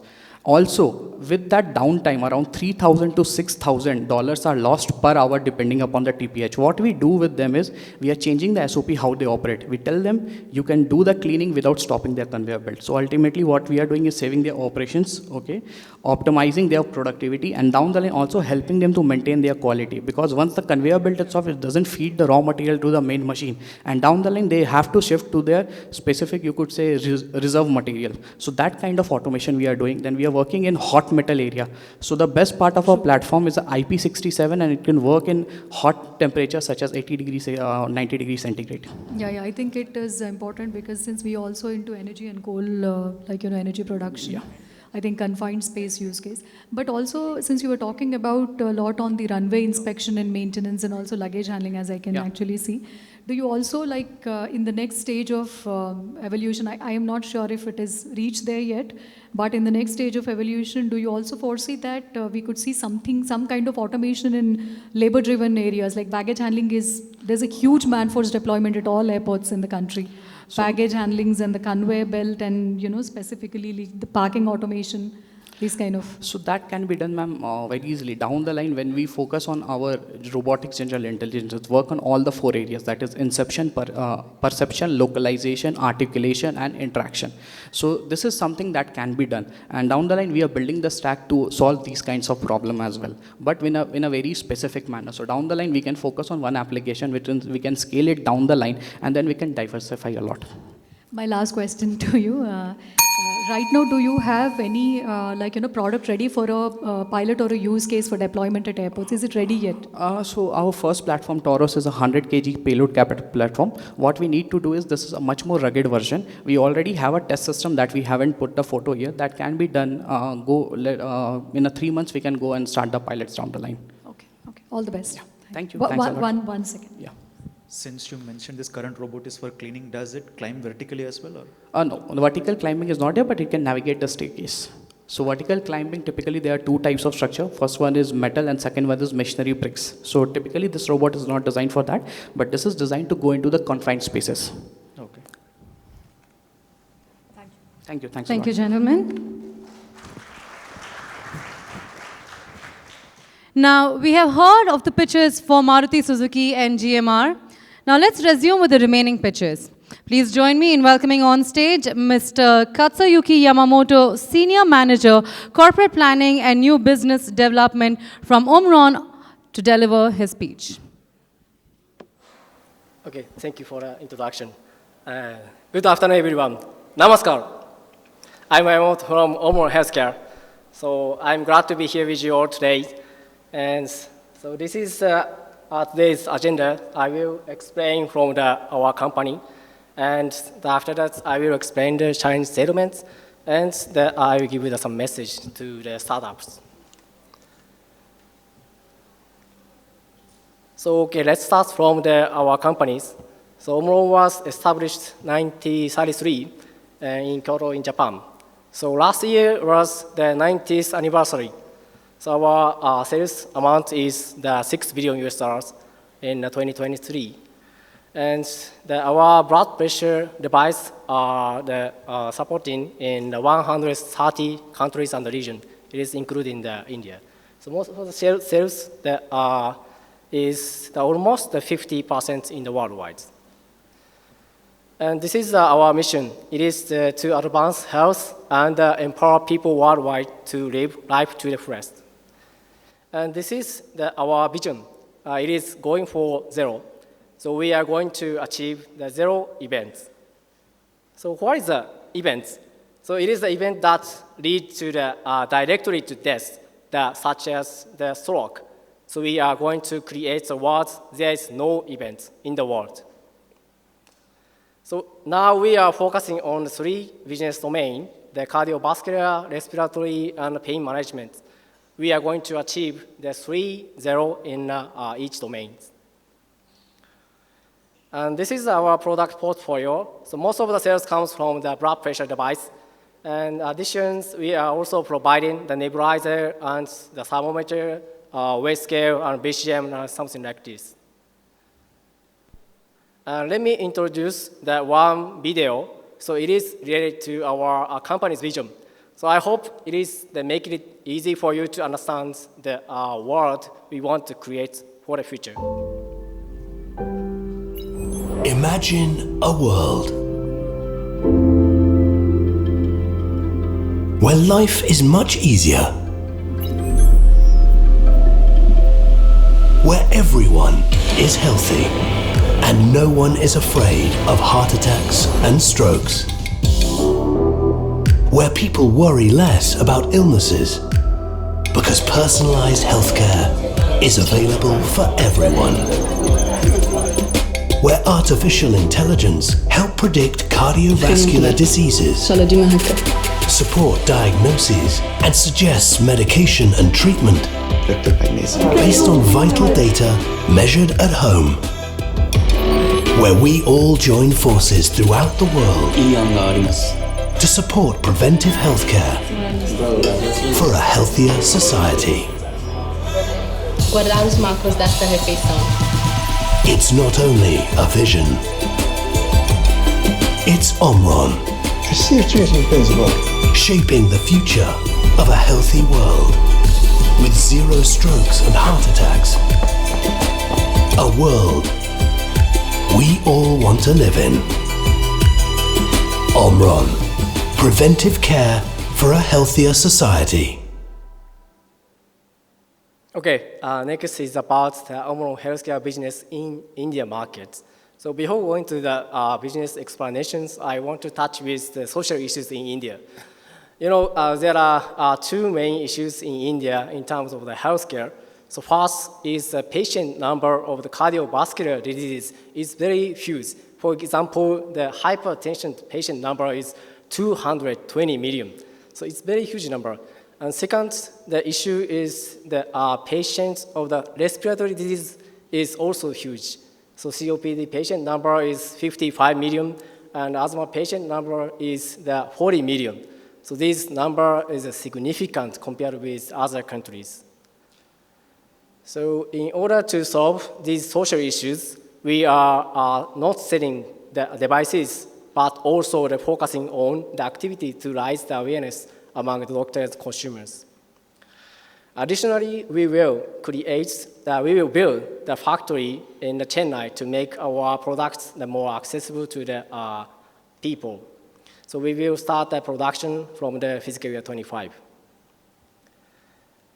And from now on, so let me introduce our new initiatives. There are 2 things. So first is about home ECG measurement devices. So we have those 3 kind of devices. But why the home ECG measurement is important? Because so it can be mitigate the stroke risk. So you can detect the atrial fibrillation by using these devices. So you know, atrial fibrillation is a scary disease that can lead to the stroke directly. So moreover, so there are often no symptoms. So that's why daily measurements and the monitoring at home is vital. So our products can be measured the home BP, blood pressure, and ECG at the same time. The device concept is to prevent stroke risk by the daily measurements. So we are already selling this device in this market. In addition, we have a compact one. So this device concept is the ECG measurement anywhere, anytime, anywhere. So the device also selling in the India market. So this is our second new initiative. This is RPM. RPM means remote patient monitoring. So we are already providing the RPM services in the UK and the US markets.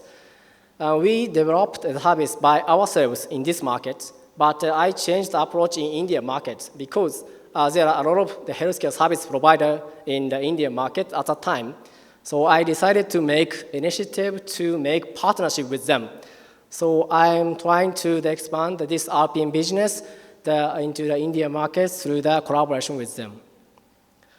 And TriCock is an important partner. So we started the POC in hospital at July last year. So we are getting the good results, and some of this result will be published soon. Okay, let's dive into the challenge settlement. So first is about RPM for chronic diseases. So as I already explained, we are looking at RPM partners, especially for the chronic diseases. So we want to utilize our devices like a blood pressure monitor and nebulizer with scan, something like this for this RPM. And this is our RPM we are providing in the US market. So vital data measured by our devices at home will be transformed to the EMR in the hospital automatically. With this platform, they are more effective and so the more efficient treatments are available. Okay, let's go to the next. So we also want to create the algorithm so it can be detect the diseases in advance for the future. So in order to create this algorithm, so home data alone is not sufficient. So because we know the data trends from the daily measurement data, but we are not sure what will be happened after that. So we have to get both home data and medical history. That's why we need a partner, so they have the medical history. So this is a business model we want to create for the future. Algorithm is the center of this business model. I know that it takes the long time to create this business model along with algorithm. So for example, we need a long time to get the medical certification. We need a lot of the medical, clinical evidence as well. So it seems like a very long journey. So that's why we have to start it right now. Okay, this is the last part of my presentation. So Hexa Health, Buriota technology, and Myomed technology. Thank you very much for your attending this event, and I really appreciate the meeting you guys here. So, but please note, so we are a business company, not a venture capital. So I always want to build the win-win relationship with you. So this is, I want to utilize the strengths of both companies. But in order to do that, so the discussion and understanding the constellation must be needed. So I think that today is a memorable day to start doing that. So let's work together to create a service that makes people healthier around the world. Thank you so much. Tanyaba.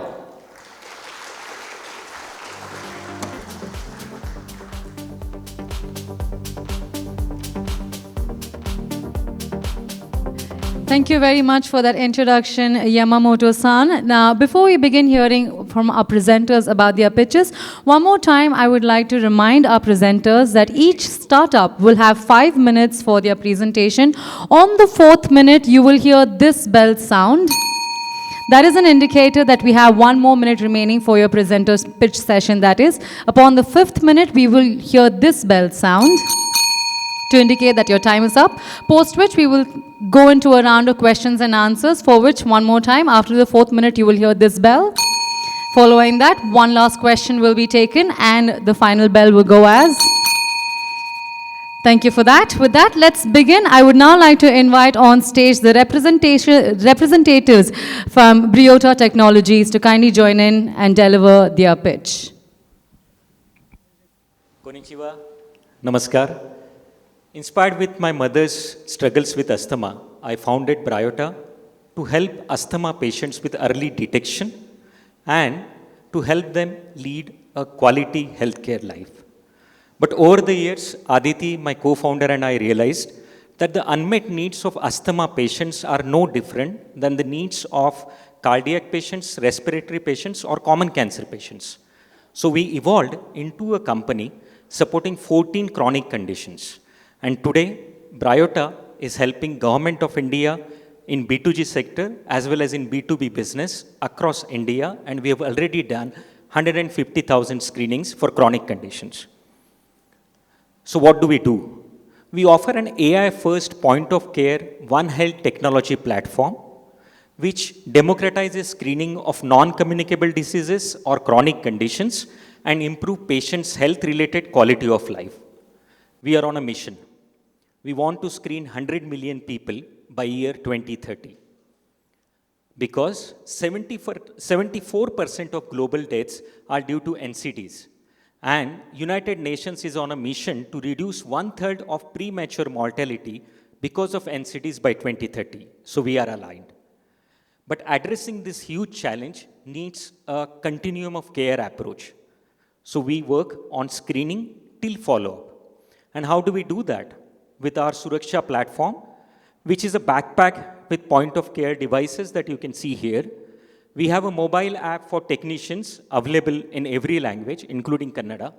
We have proprietary machine learning algorithms with localized data sets, first time for India. We have a clinical decision support system and telehealth system.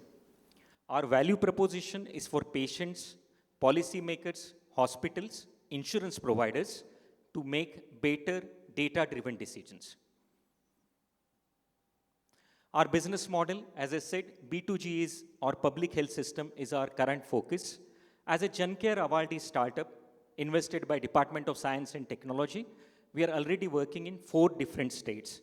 And in B2B, we have recently signed up with a large insurance provider, Future Generally, and pharma companies as well as schools and corporates. So how do we collaborate with Omron? We are actually already collaborating with Omron BP meter, but we would like to include other Omron devices as well, especially the V-scan in our Suraksha backpack. We have a spirometer, an impulse oscillometer, and we have an asthma prediction algorithm, lung health score, for which the clinical trials are currently done in hospitals in Denmark, Aarhus University, so we'd like to collaborate. And finally, the mobile app that we have, as well as the inhaler sensors that you can see in some of our kits here, they work very well in predicting when the patient will get next asthma attack. And we believe with your asthma diary app and V-scan device, we can give even better prediction for the patient to prevent and achieve that zero event. Our team, we are a bootstrapped company, but funded globally with a lot of grants and recognitions. Our leadership team comes from India, Denmark. We have a strong scientific advisory board as well as a strong board advisors. Our strategy is we are Make in India, India first, South Asia next. We are already doing a project in Bangladesh and Africa thereafter. We are recently selected for a project in Kenya and we are fundraising. So we are looking for 3 million and we already have a commitment from one of the largest medtech player, and the discussion is ongoing even for a large grant. As I mentioned, we have been recognized worldwide. We were the first company during COVID which got the award as the most disruptive healthcare startup of India. We are MIT Solver, and Roddenberry has also selected us recently for the next level. And we are working closely with both Danish government and government of India, working with various departments to take the healthcare to the most inaccessible places, including rural and tribal area. Together, let's work towards that zero event, and we know that with our mission of screening 100 million patients, eventually, one day, at least in India, we'll reach that zero events goal. Thank you. Thank you for that pitch, sir. We'll now open the floor to questions. So thank you for your presentation. Yes, Yamada-san. I wanted to understand your revenue stream. So you plan to achieve, I think, 30 million in 2026. And then you have a G2G business and also B2B business. Yes. Which business model is promote your revenue increasing from B2B or G2G? Right. Yamada-san, in India, working with government is probably the biggest revenue provider. As I said, we are already being selected as one of the startups, as GenCare startup, working under national program on NCD. Government of India has launched a new initiative where they have said every 30 years plus person need to be screened for NCDs, including respiratory. And we are the only health technology assessment HTA certified or approved startup working in respiratory. So to answer your question, short run, our maximum revenue will come from government. We have already submitted very large proposals. We are confident that we'll be reaching 2 million by this December. But most of our initial success story would be from government. But now, for example, Future Generally, which is our first signed up customer, we already have a monthly commitment of 30,000 new subscribers every month. Is it large in revenue? Of course not as B2G, but it's a large in numbers. So to answer your question, the maximum in the initial days is from B2G, but eventually we'll pick up with insurance. Next is pharma on our radar, and schools and corporates as well. I wish that this disease was with rural or with urban or with elderly, but unfortunately it's everywhere. So we see revenue coming from multiple places. Okay, understood. Let me confirm a little bit more detail about the B2B aspect. Right. So what is the monetization plan on the B2B business scene? Right. So what we offer is basically test as a service. We have already done 150,000 screenings, and with the numbers that we are tracking, we know that we are going to be a large data company. There is no data set, even on the ECG side, for Indian patients. There was no data set for the lung scale. We are the first company which introduced Dr. Chabra's Indian lung scale, because we were the first one which did the spirometer and impulse oscillometer in India. So, the revenue stream comes from our test as a service model, even in corporates. Second, we believe that there are interesting data insight stories which we can sell to the insurance companies or to pharma companies. So that's the second model.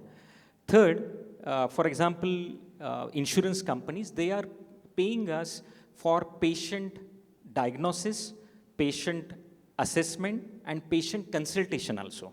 So we are, with the first insurance customer, will be active in 7 states in India, where patients are calling our system for getting a teleconsultation related to required diagnosis, and the insurance company pays us for each consultation that we do. Okay, yeah, understood. Thank you very much. Thank you very much, Yamada-san. Hi, Abhishek this side. Yes, Abhishek. I just wanted to check in, you mentioned about your predictive algorithm. Right. Has that been validated, or is it going under any kind of validation from any government bodies? Yes, that's a great question. Government has no interest in predicting an asthma attack, okay? Because we have deeper problems in getting the asthma diagnosed itself. The asthma prediction algorithm validation that we are doing is with Aarhus University Hospital, where we have 43 different parameters identified, and there we are doing an asthma prediction. So that will be our first validation. That's fully sponsored by KC Pharmaceuticals, an European pharma company. Okay, got it. Yeah. I think that will be all from my side. Thank you, Abhishek. Thank you for your questions. Thank you, representatives from Ryota, for joining us out here and for delivering your pitch. Thank you so much. Thank you.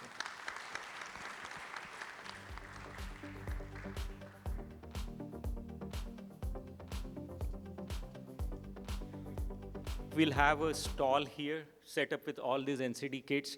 If anyone wants to do their free screenings, spirometry, ECG, EKG, whatever, you are welcome to stop by. Thank you.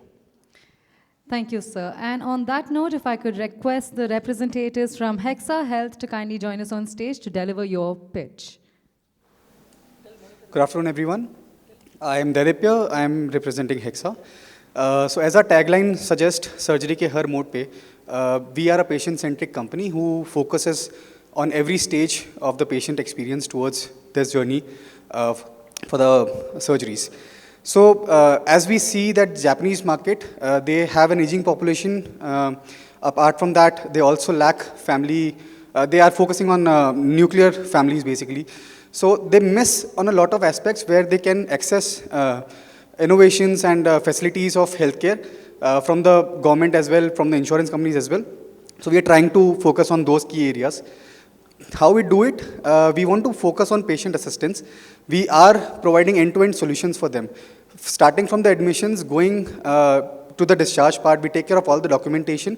We take care of their end-to-end assistance needs for the consultation, second opinions, and everything. We also provide them financial access. We give them proper education. We have multiple options for them, which enhances their experience and reduces their burden of how to proceed with the journey of their surgical part as well. So how do we want to proceed? We are trying to provide a full stack health tech platform basically for them. We are catering up with during the surgery and post-op surgeries as well.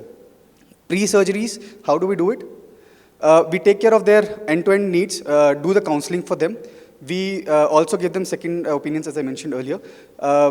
During the surgeries, whatever doctors are taking care of the consultations part, whatever implants are required in the hospital, we have our in-house people who are there in the hospital before the patient reaches the hospital. So they take care of all the coordinations, and patient does not have to, go blindsided and talk to the hospital staff and everyone. We take care of everything for them. How do we differentiate? We have a strong digital presence. We are focusing on the particular categories. We give them assistance accordingly. We also provide them assistance in their own local languages. So that helps us in having a coordination better. Understanding level also gets better. Their experiences also enrich. Patient engagements gets better because we have an assistance for 24-hour services. We have our team who is available to answer their all queries, even at night, late nights as well. We are also trying to provide them with our database in the AI as well. We are managing all the reports on our platform, which is previously whatever they have catered, whatever they are having the discussions with us, we are taking care of all the management accordingly. So we have catered over 25,000 patients all across. We have a huge database and huge network of hospitals and doctors all across India. We are focusing on the categories, different categories as well. Exponentially, we are expanding, not rushing towards things, but of course taking things slow and trying to cater every category precisely. So our patients, they vouch for us. We accept the feedbacks, positive and negative, both, which helps us in enhancing their experiences and trying to improve as per existing platforms, existing aggregators in the market. So improving experience, we can see the data as well. We have the proper data. The readmissions rate is very less because the recurrence also gets very less. They are provided with a proper care, proper surgical benefits, and proper financial benefits too. Our go-to-market strategy would be pre-rollout. We would be looking forward to do the research first, looking at the market, how do we plan to execute and come into the market before we start marketing and generating leads. Post which we'll be focusing on the scale-up, which will be towards infra, towards building up the operations, towards channeling more efficient doctors and according to the team. So in the Indian market, we have a few competitors already there in the market. We take care of end-to-end solutions. Other people, they are not catering all the specialties which we also do.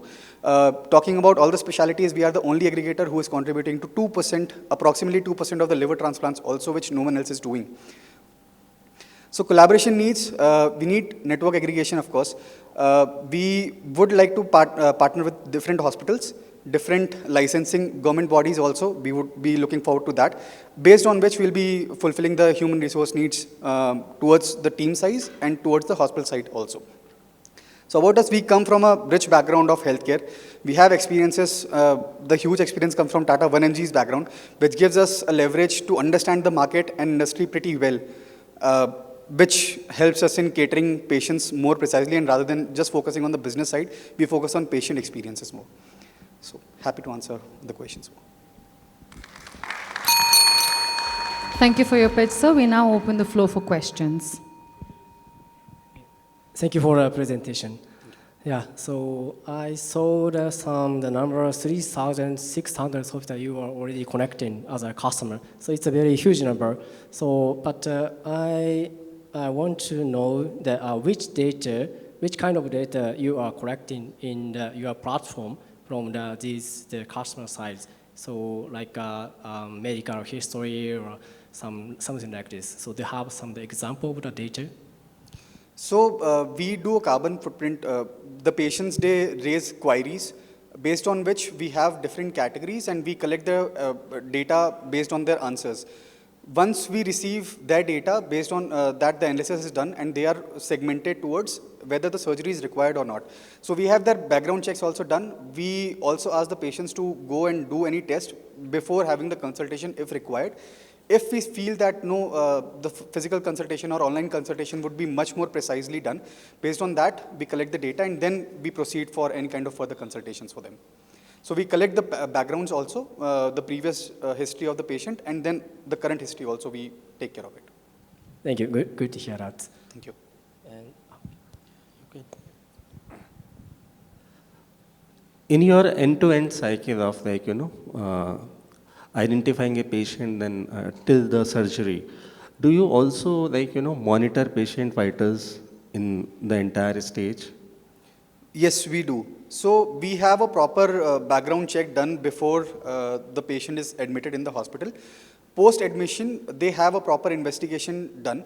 Physical fitness is also checked, post which the OT is scheduled. If the doctor or the anesthetist or anyone from the hospital staff, the MOD or anyone, they feel that this is a high-risk case or they need more time, more investigation, more tests to be taken care of, we do take care of that thing. We do not impose directly that we will take care of everything and you please proceed with the OT. So we prioritize our doctor's decisions and the hospital partner decisions first, so that there is no risk for the patients. Great. And do you have that data always available with you? Yes, we do have. Pre and post, Yes. and in between? Yes, so we have a caretaker also who is there, a care buddy which we call Hexa buddies. They are present before the patient reaches the hospital. So he coordinates between the hospital staff and our team. They collect all the data. We have an application where we present all the data. We keep the records as well, which helps us in analyzing the data post-op care as well. Thank you. So thank you for your presentation. First of all, I just want to confirm your target market is for Japan or India? So currently we are, our target market is India. We are also focusing on expanding our horizons. So whatever possible opportunities do come across our way, we would be happily presenting that. Okay, okay, yeah. So can I ask you the current revenue, revenue size? So it's going, if I look at financial years, it has grown exponentially above 50%. If we talk about current data, current revenue, it's somewhere around 10 CR. 10 CR? Yeah. Okay, okay. So let me understand a little bit more about your monetization. How you are monetized, from the insurance or from the out-of-pocket? So we take facilitation fee from the hospitals, be it an insurance case or be it a cash case or an EMI case. The patients do come across, they have their insurances which gets availed in the hospitals. Insurance companies pay to the hospitals and we take facilitation fee accordingly at the month end. Okay, okay. On a monthly basis. Understood. So from the patient, there is no payment? No, that does not usually happen. Okay. We do take care of the background checks also.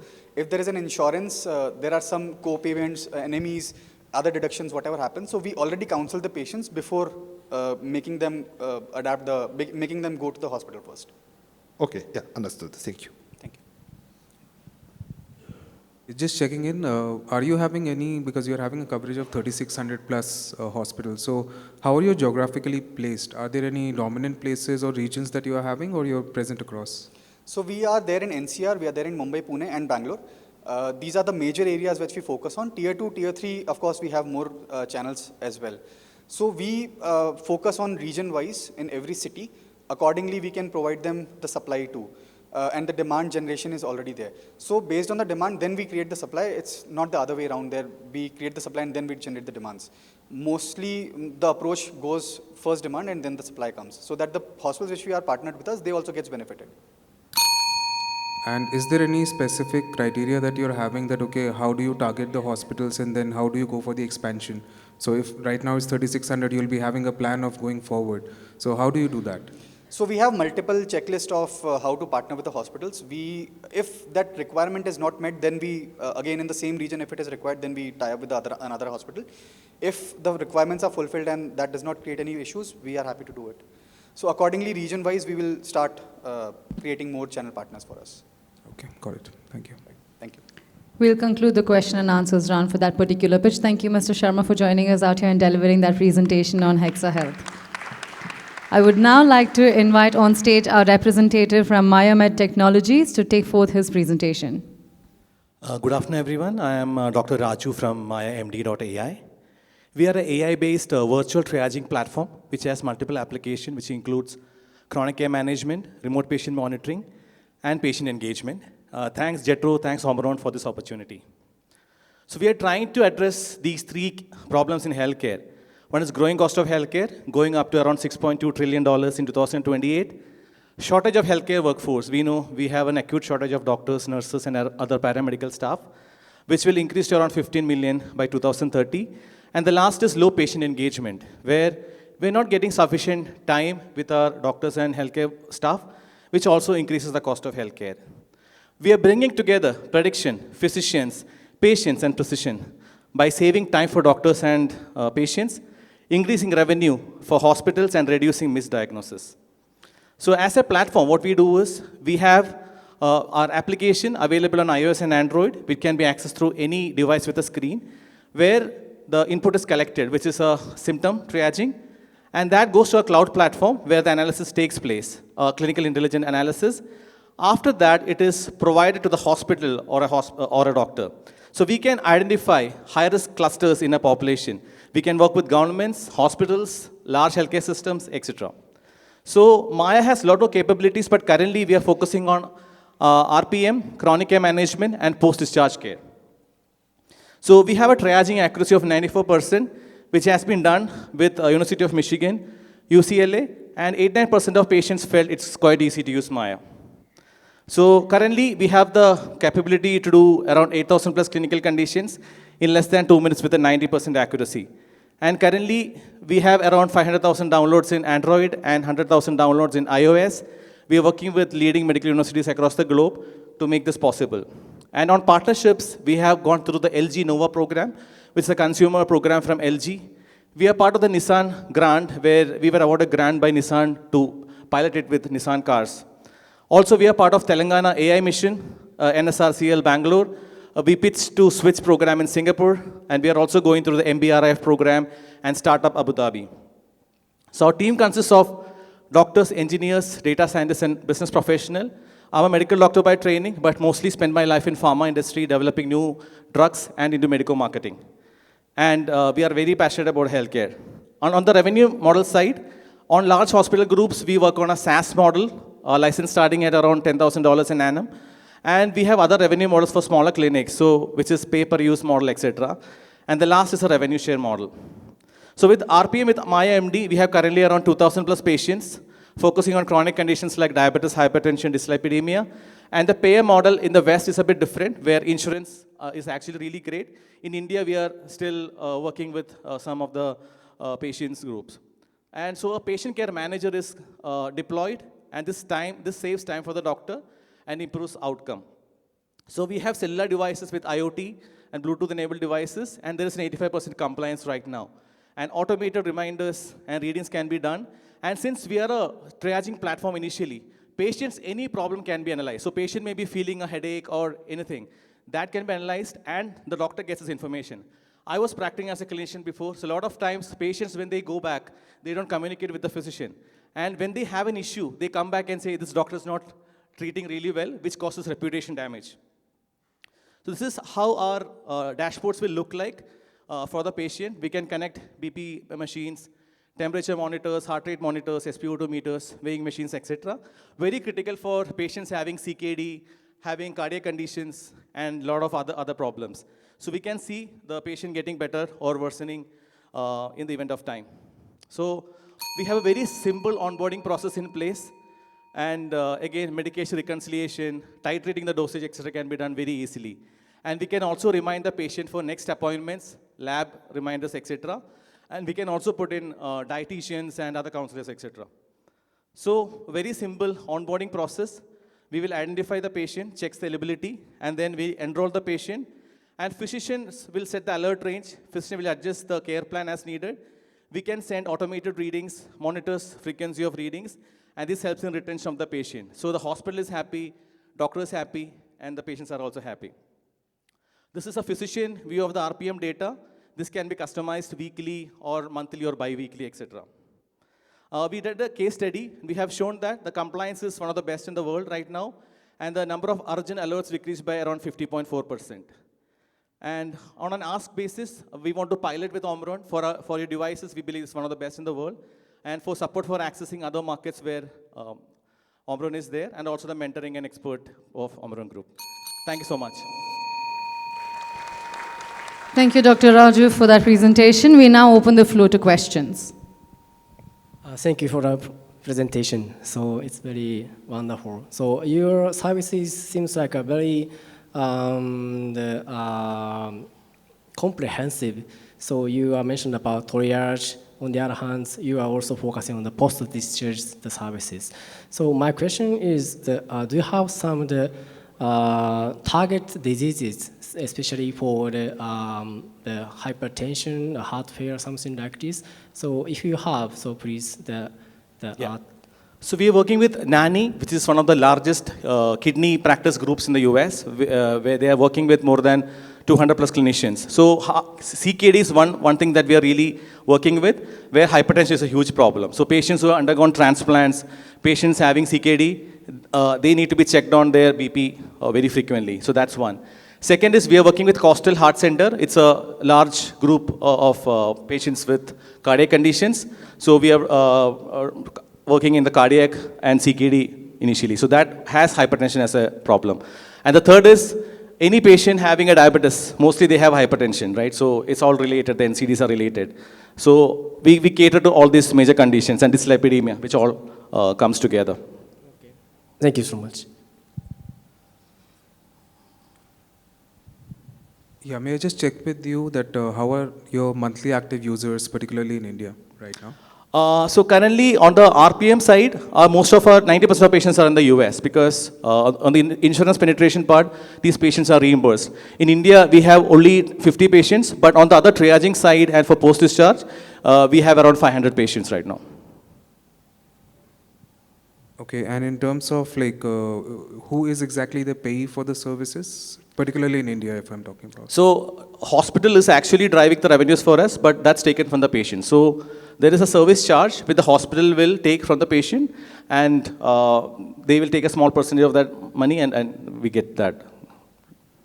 Okay, and any numbers that you're having in terms of total hospitals and clinics? I saw that there is a bifurcation, so how many hospitals and how many clinics are you having in India? Currently, we are working with 15 clinics and 5 hospitals, large hospital groups. Okay, thank you. So thank you for your presentation. I want to confirm that your cost side, okay, cost. So I think you are providing the services, but your services associated with the home medical devices, such as BPM or pulse oximeter or weight scan, something like that.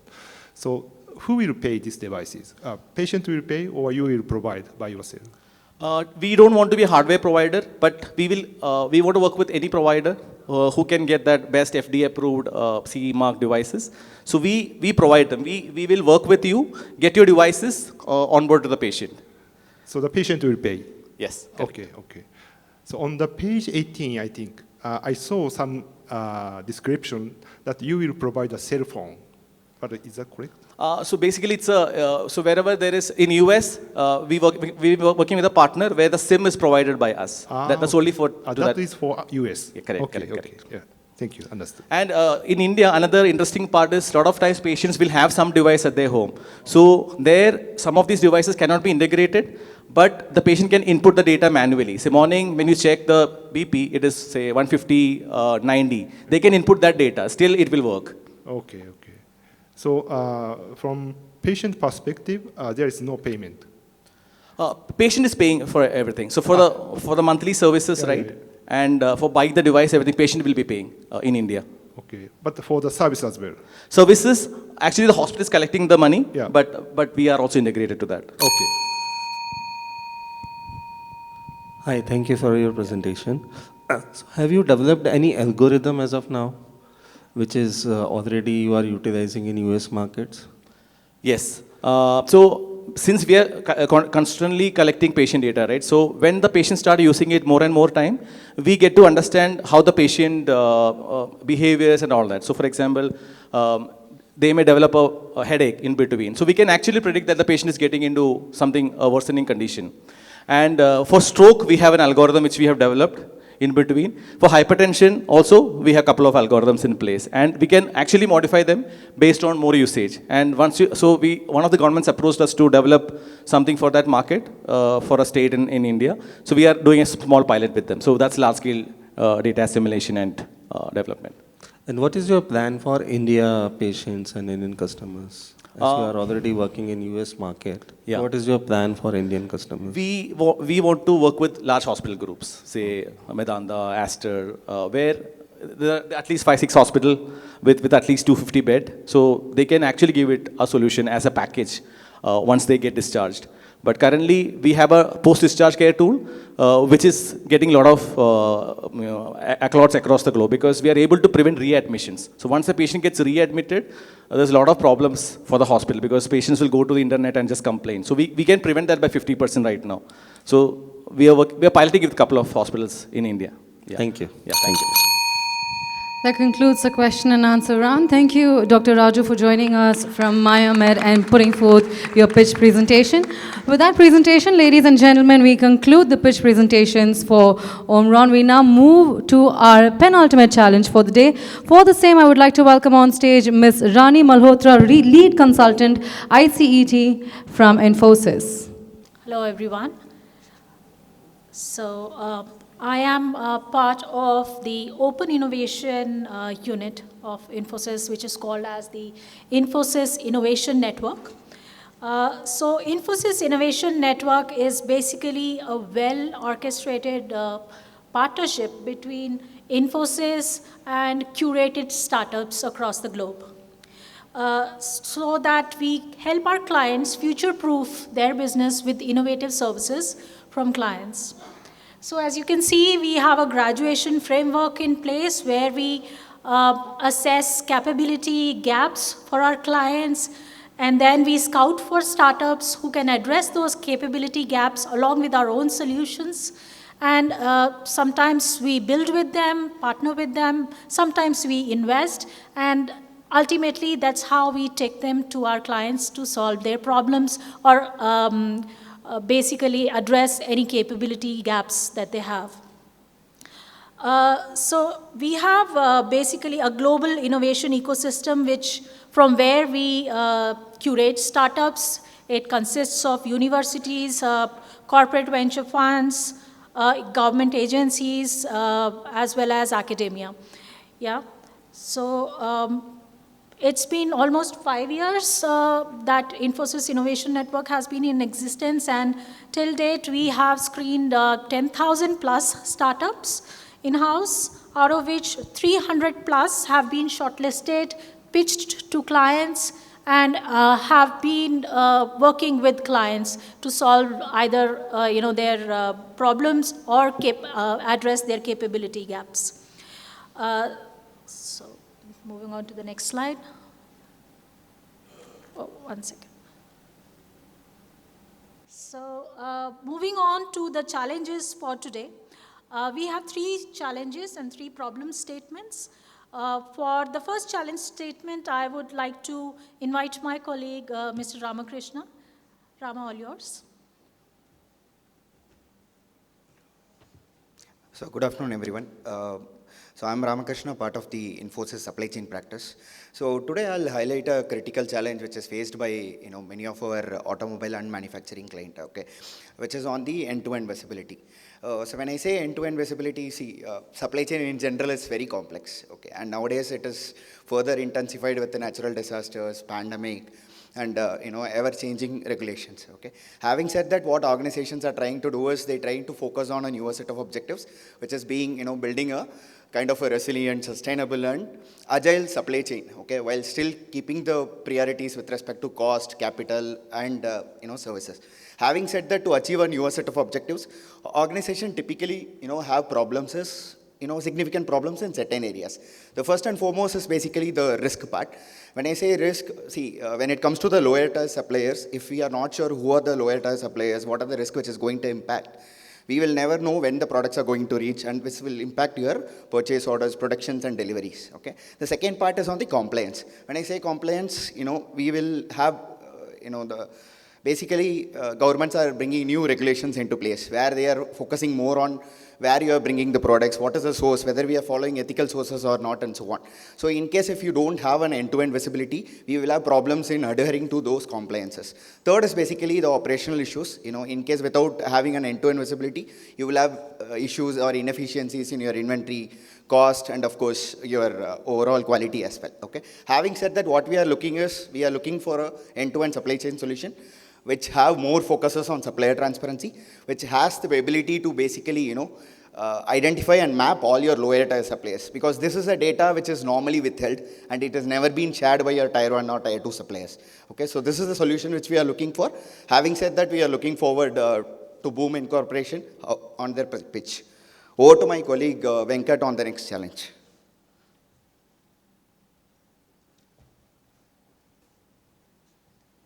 Thanks, Rama. A very good afternoon to you all. The challenge that I would like to present is a clear and present one where, with increasing tech adoption, as well as convergence of value chain across myriad industries, the inevitable conclusion is that the troubleshooting complexity also goes up, right? Today, let's say the example of an automotive industry. A car is like a computer on wheels, and the automotive value chain is converging with the semiconductor value chain, which was never the case before, right? So across manufacturing as well as services industry, what we see is the frontline workers have this unenviable situation where they need to provide myriad solutions. They are faced with increasing complexity because they don't have all the answers all the time, and they have to provide that in real time. So given this challenge, how do we really empower these frontline workers to provide these solutions on demand? So that is where we would like our startup partner to provide their solution.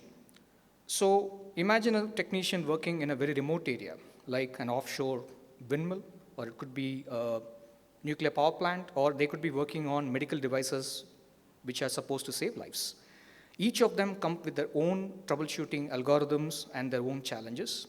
But if there is an expert who is at a remote location, whatever be the situation, they should be able to provide that on-demand solution or the answers that a technician requires.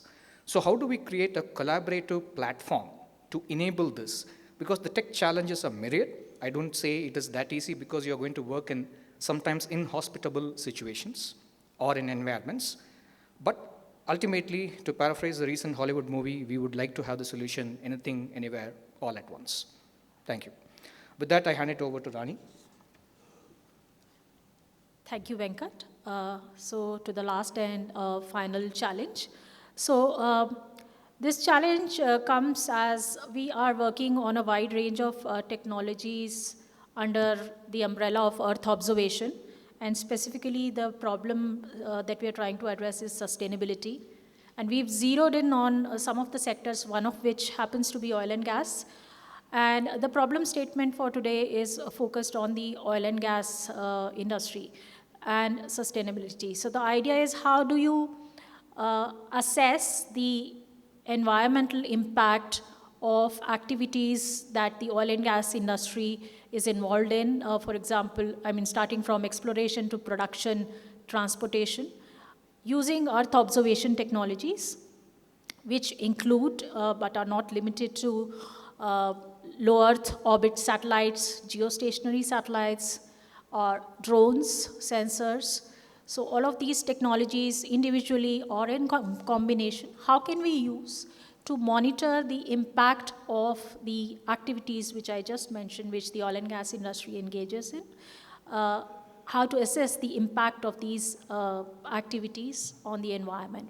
So that's the problem statement, and I'm looking for the startup puzzle to address that. So with that, I think we come to the end of our presentation, and we'll look forward to the startups presenting their bridges. Thank you.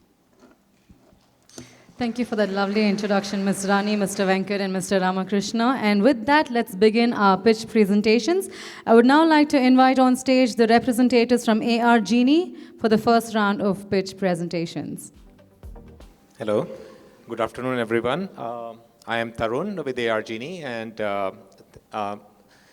we are revolutionizing operations, maintenance, and training. So let's look at what the problem is. As was said from Infosys, the problem is with field workers. You send a lot of field workers. These are not very skilled. When they go on the field, they need help. They need help with installation, repairs, or field inspections. And a lot of times, to help these field workers, we send experts to the field, and it's expensive. And also, we need to monitor the work done. So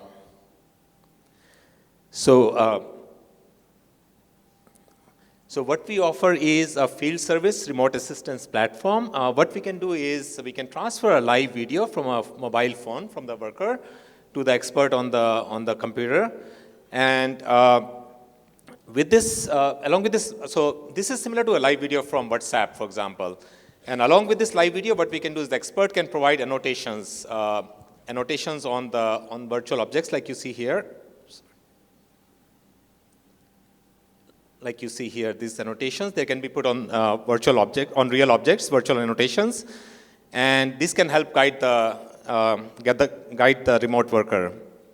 So along with this virtual annotations, we have it's a multi-party collaboration platform. And these annotations can work on AR glasses like these as well. So we have a couple of AR glasses here. So one of the problems with AR glasses is they can be very expensive for a market like India, where these glasses cost about $5,000. So we have a solution that you can have a camera tied to a phone, and then you can live stream the video from the camera. So the field worker, when they need assistance, they can use the camera from live feed from the camera. So, and the phone can be used for multimedia chat sharing, as well as annotation photos from the live video. So some of the additional features we have evidence collection for inspection. So if someone is working on the field, they can collect evidence for the work done. If they do any work for installation or maintenance, they can collect evidence using our app. And evidence can be collected as photos, videos, audios, or text notes. Along with that, we have a knowledge base for sharing documents, images, and videos, so experts can easily share documents and videos. And integration with Teams and Zoom is coming soon. So this is for remote assistance. We also have a product called Work Assist for self-assistance. So what this means is if the remote worker can get help by themselves using the self-assistance platform. So what we do is we capture workflows. And these workflows are step-by-step instructions with images, AR annotations, and images and videos. So the worker can use this self-assistance tool to get help on the work to be performed, whether it's installation, maintenance, or troubleshooting. It is also powered by an AI and voice-powered copilot, so they can ask any question to the device, to our app, and it will answer them questions. So you can see this guy is wearing the glasses, and he can ask any question on how to operate a machine, and the questions come as step-by-step instructions along with the AR. So the AR actually points to the part of the machine that they're supposed to work on. Here you can see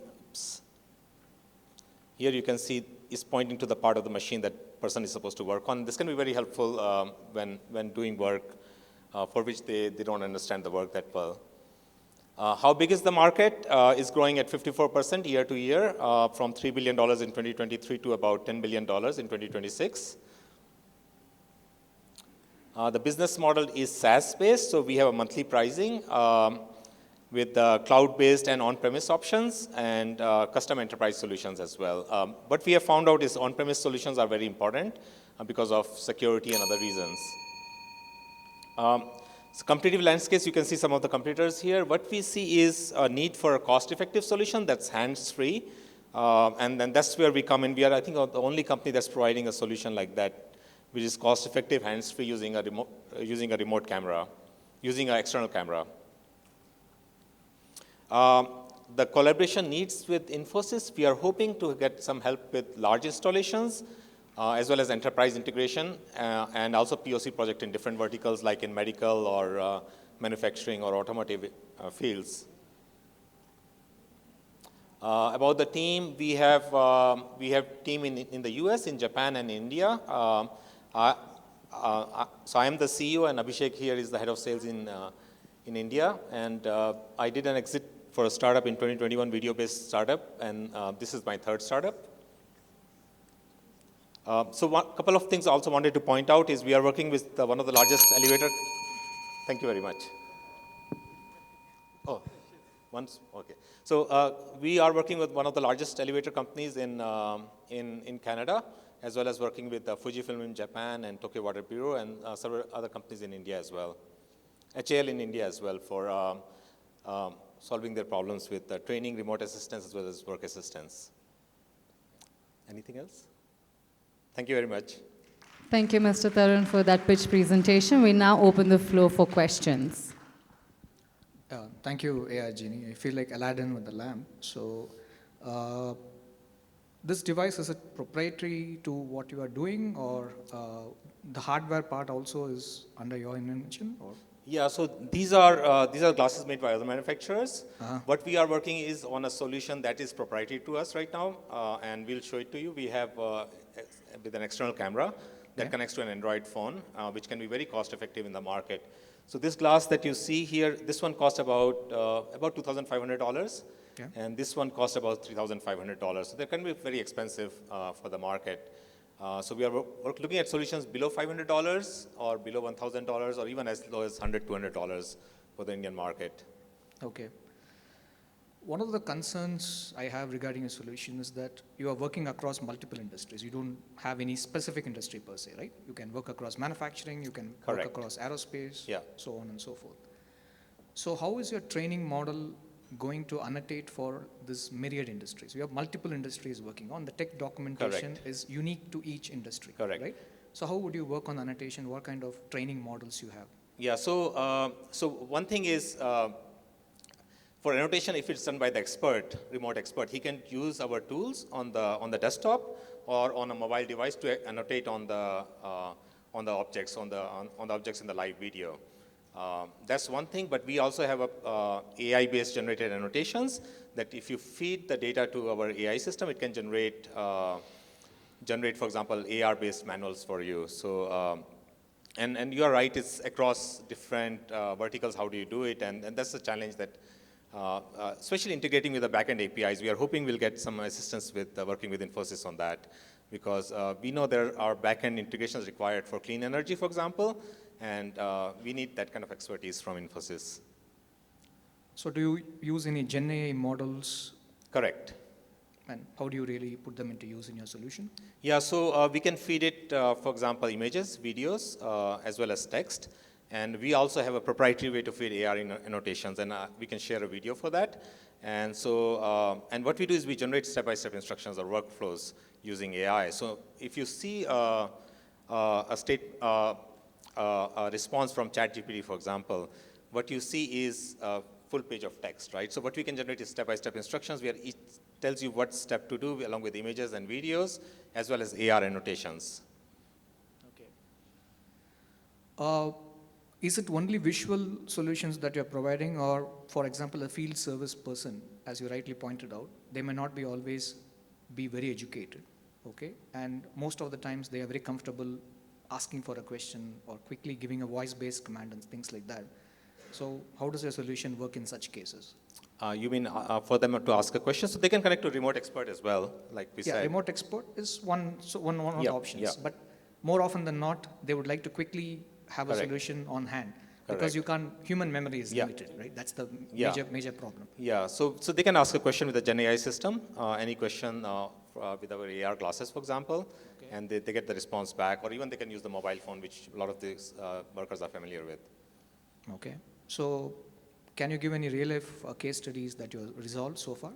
Yeah, so for example, we are working with Fujifilm for their cameras, for their small camera devices. So one of the biggest problems they face is Bluetooth setup. So, so this is for end user, not for the field service worker, but they can ask any question, how do I set up a Bluetooth, for example?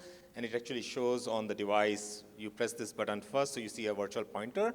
For the button, you press this button, then it tells you like the next step is, once the device is started, you press this button, and it shows you step-by-step guidance along with where to press in the device. And you said all integrations with Teams or any other video-based platforms is still a work in progress. Yeah, so we do support SIP protocols. In the backend, so we can work with any kind of SIP provider, which is Teams. I suppose Teams and Zoom also use SIP. So, so we are very confident we can work with them, integrate with them. I mean. Okay.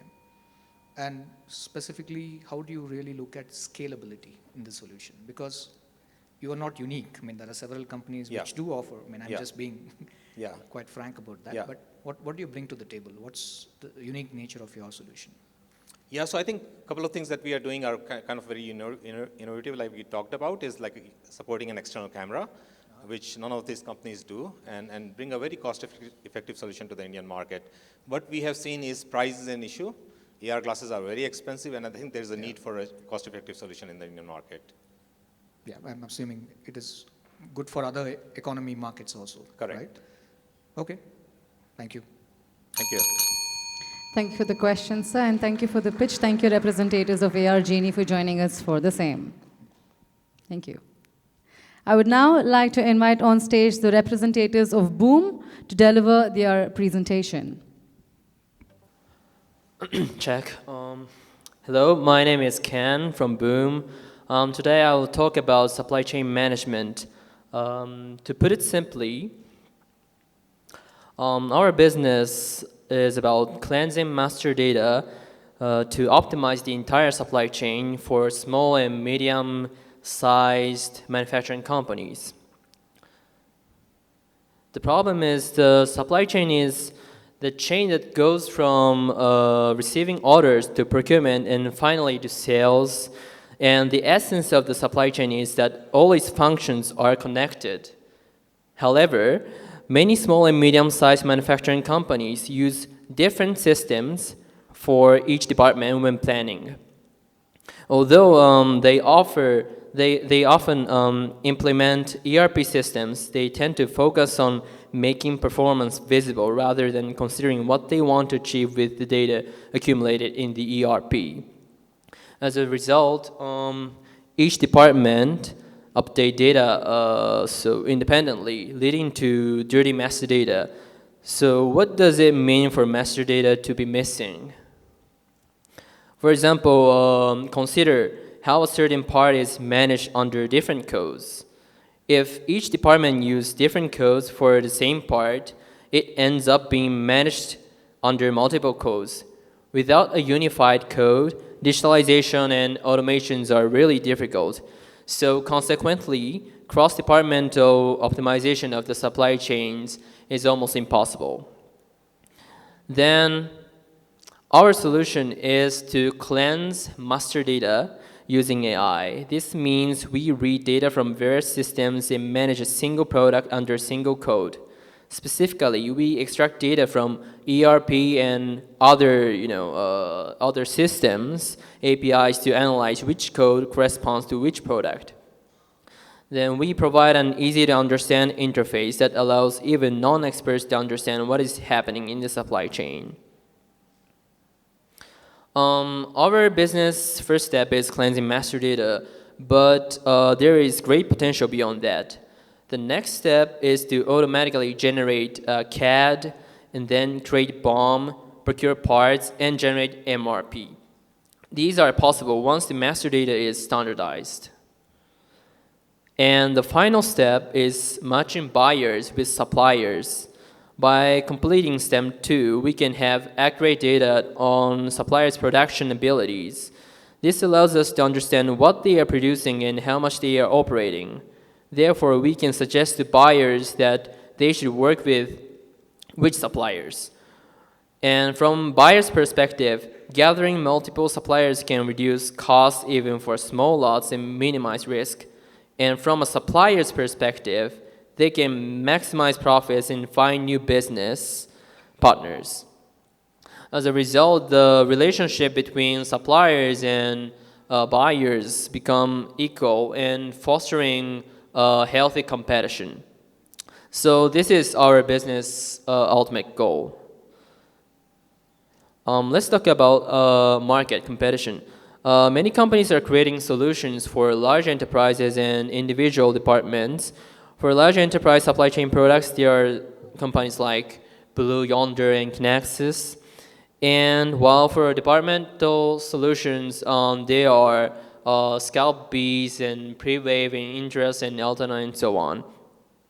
So we don't compete with them by focusing on small and medium-sized manufacturing companies. I would like to talk about collaboration. There are two things I seek from Infosys. First is customer introduction. Since Infosys has many clients in the manufacturing industry, so I would like your help in arranging for me to talk with your customers. And it would be even better if I could have access to their ERP data. The second request is, I would appreciate if you could share best practice for supply chain optimization using ERP systems. We lack the knowledge on how to interpret ERP data effectively. Here's our team. It's a very talented team, and we also have advisors who are among the best supply chain experts in Japan. That's it. Thank you very much. Thank you for that pitch presentation, sir. We now open the floor for questions. Hi, Ken. Thank you for the presentation. Just a couple of questions. So first is on the integration which you talked about, right? Where see in a normal client's landscape, you will have multiple, ERPs, planning systems and so on. So what does your solution basically do, or what is the integration capability that it has? Well, we found it 2 months ago and still have 3 customers, so just seeking. But basically, it's not so difficult because they know which code responds to which products. But on the ERP systems, they can see what's happening in the supply chain. So what we're doing now is really quite simple, in this CRM or this ERP, service A corresponds to code B, C, D. So we put it one code, and that's it. Okay. Just a follow-up question. Do you use any knowledge graph or something for mapping all this data together? Pardon? Imagine, say take for example a purchase order. Okay, it might be in different systems. Say let's say a sourcing and procurement system. Then it comes to your ERP. Then it might be in your transport management system and all. So how will you basically do the entity mapping? Yeah. Well. Yeah. Do you use any knowledge graph or any similar technologies for that?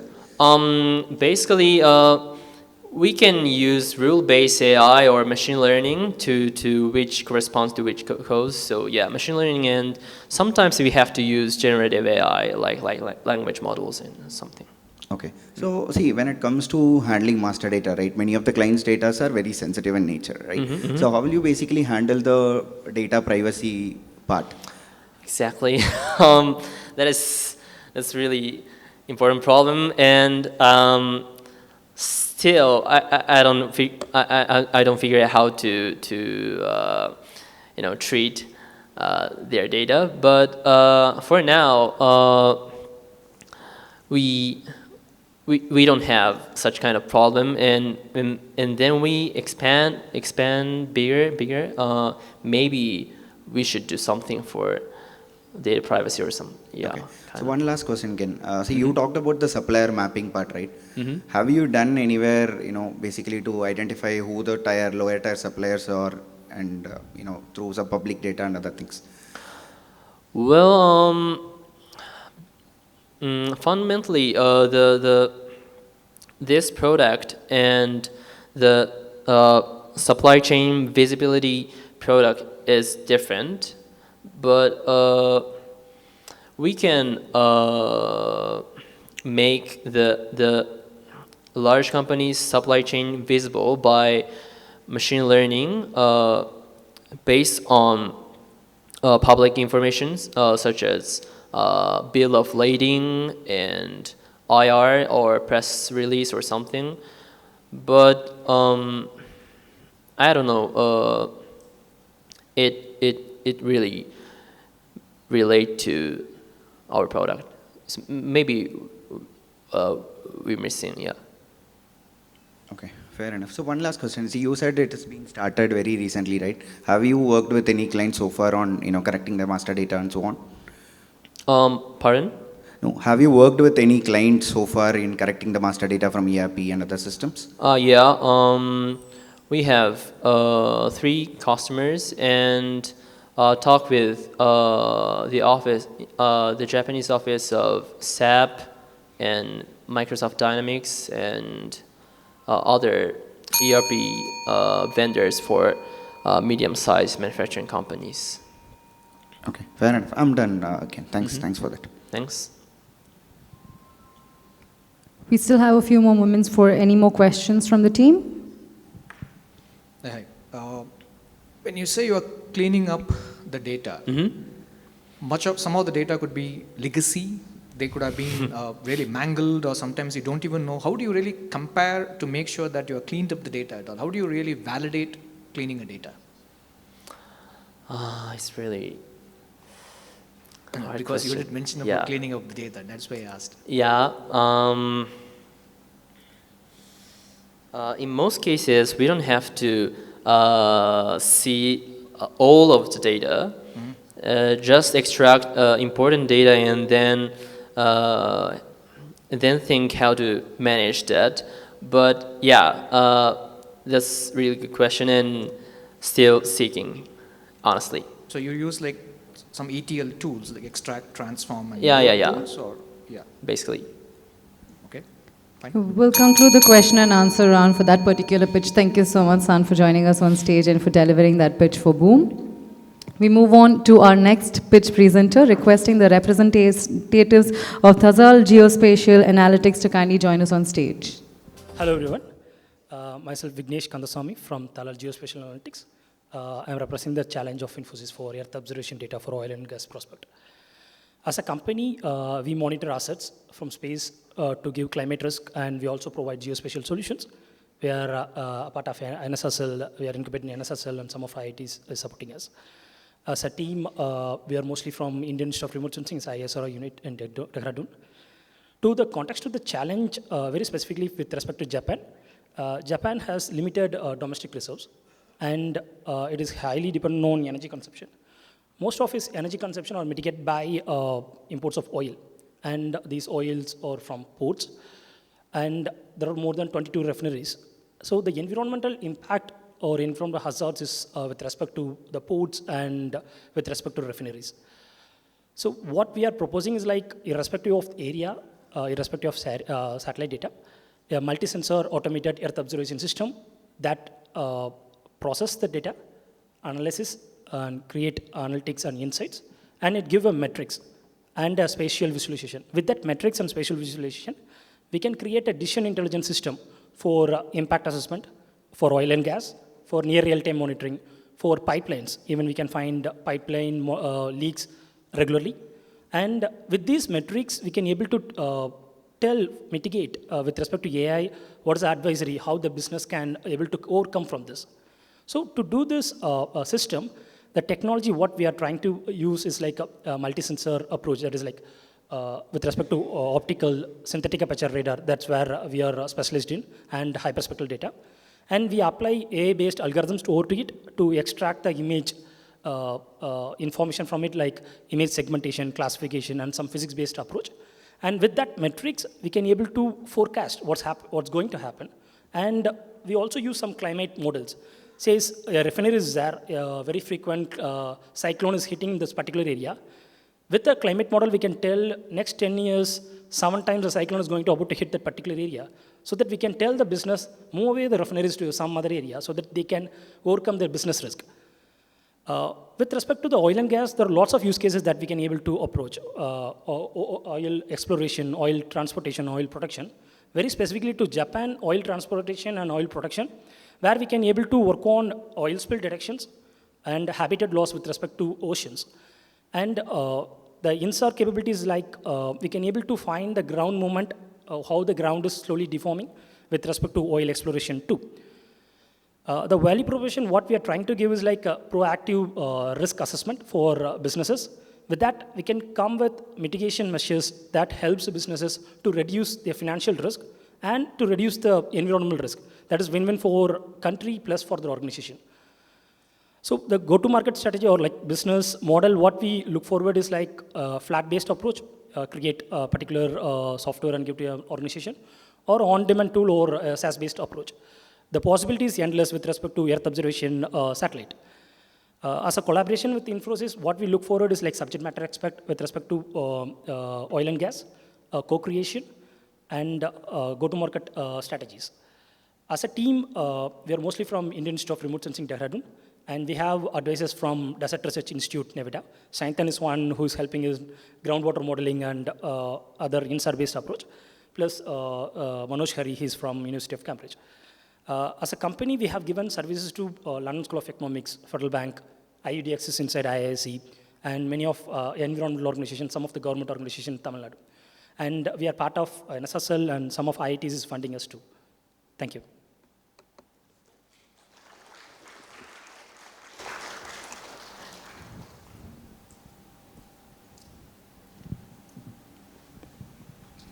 Yeah, hi. Great presentation. My first question is with respect to data acquisition. When you talk about spatial visualization and multimodal data, what you spoke about, how are you planning to resolve that in terms of different geographic region? And how are you planning to tackle the issue in terms of space tech? What is the live data acquisition model that you're planning to do? Okay. With respect to geography, most of the data, whatever we have used is like public data. Some with respect to private, that is purely based on the customer's need. Most public data is global coverage. They have global coverage. But if the coverage is limited, we obviously go for private organizations. It depends upon the client needs. So we give an options whether the data is not there or data is required. We can pull the data and we can able to process that. So this one thing. With respect to multimodal, some of product what we have developed, we have tried the multimodal, and either it is SAR data or optical data, we can extract the information, then downscale it to the viable resolution, and that we can able to give to the client. So we have done some surface water observatory for government. With that, for every 12 days once, we monitor water body, and we give a metrics to the organization. So if there is a emergency need, they can pull the data in. So, and, Sorry, when you tell about pulling the data in, where does this happen from? Who's the partners and how are we getting the live data? Yeah, one thing is like Skyfi. We can get the data from Skyfi with an open, the APIs. Second is Planet Labs. We mostly rely on. So this is mostly private data. It is basically depends upon the client needs because the cost of data is higher. So we speak with the clients and depends upon the data, we move forward with private organization. And you guys are already using it with Planet and Skyfi? Yeah, Planet. Perfect. One question. So you mentioned something about a physics-based approach. Can you please elaborate what that is? Many times AI is a geek word. Most of the analysis we can work with physics-based approach. Say a radar hits at a particular building or a water body. It's a physics, what happening on that. We can give a particular threshold or we can create a physical model on that and we can extract the information. If that result accuracy was very limited, we go for other ML or AI based model. Most of the, what we dealt is most of our result, we get mostly 80% or 75% with physics based approach. Then we apply our AI based approach to overcome 80-85%. So first we always go for physics based approach to extract the informations. Okay, so which, can you give an example of which kind of AI models that you are using? Is it the traditional convolutional neural networks or are you using some of the newer approaches like IBM's Prithvi model? No, with respect to latest like model, we didn't, but we want to try to work with some foundation models like Clay has recently given. We are trying that. But mostly with respect to customers, we are giving random forest or SVM or with convolutional neural network. That's where a standardized approach what we take on. But foundation model, mostly we are looking forward to use a foundation model for many of the approaches, but we are in very early stage on that. Yeah, okay, so you just started on foundation models. Yeah, the foundation model, like NASA and IBM has a foundation model. Yes, yeah. We are trying to cope up with that, but we didn't have a reliable result on that. But we are looking forward. Clay has a good model. Recently, they have given. Clay. So we are also trying to work on with Clay. Okay, yeah, thanks. Thanks. Hi. Hi. So Taral as a company, okay, are you in the business of sustainability or you are in the business of oil productivity? I mean, I am trying to understand your core business model. As a company, we do services and product, but basically it is ultimate aim is to serve the purpose of end customer. We have given our data to some of the ESG organizations, some startups. They work on ESGs. They particularly work on cities. We give our data so that over to the data they create ESG reports. But with respect to oil and gas, we didn't try so far. But with respect to Infosys Forum, we want to work on energy sectors. If it is production, we are ready to help with production. If they want to create a ESG report, we are obviously help to give a data sets to them. Okay. So let's say, do you also help out companies which are trying to scout new locations in, let's say, remote Amazon forests or Arctic region, etc., where there is a lot of environmental concerns, right?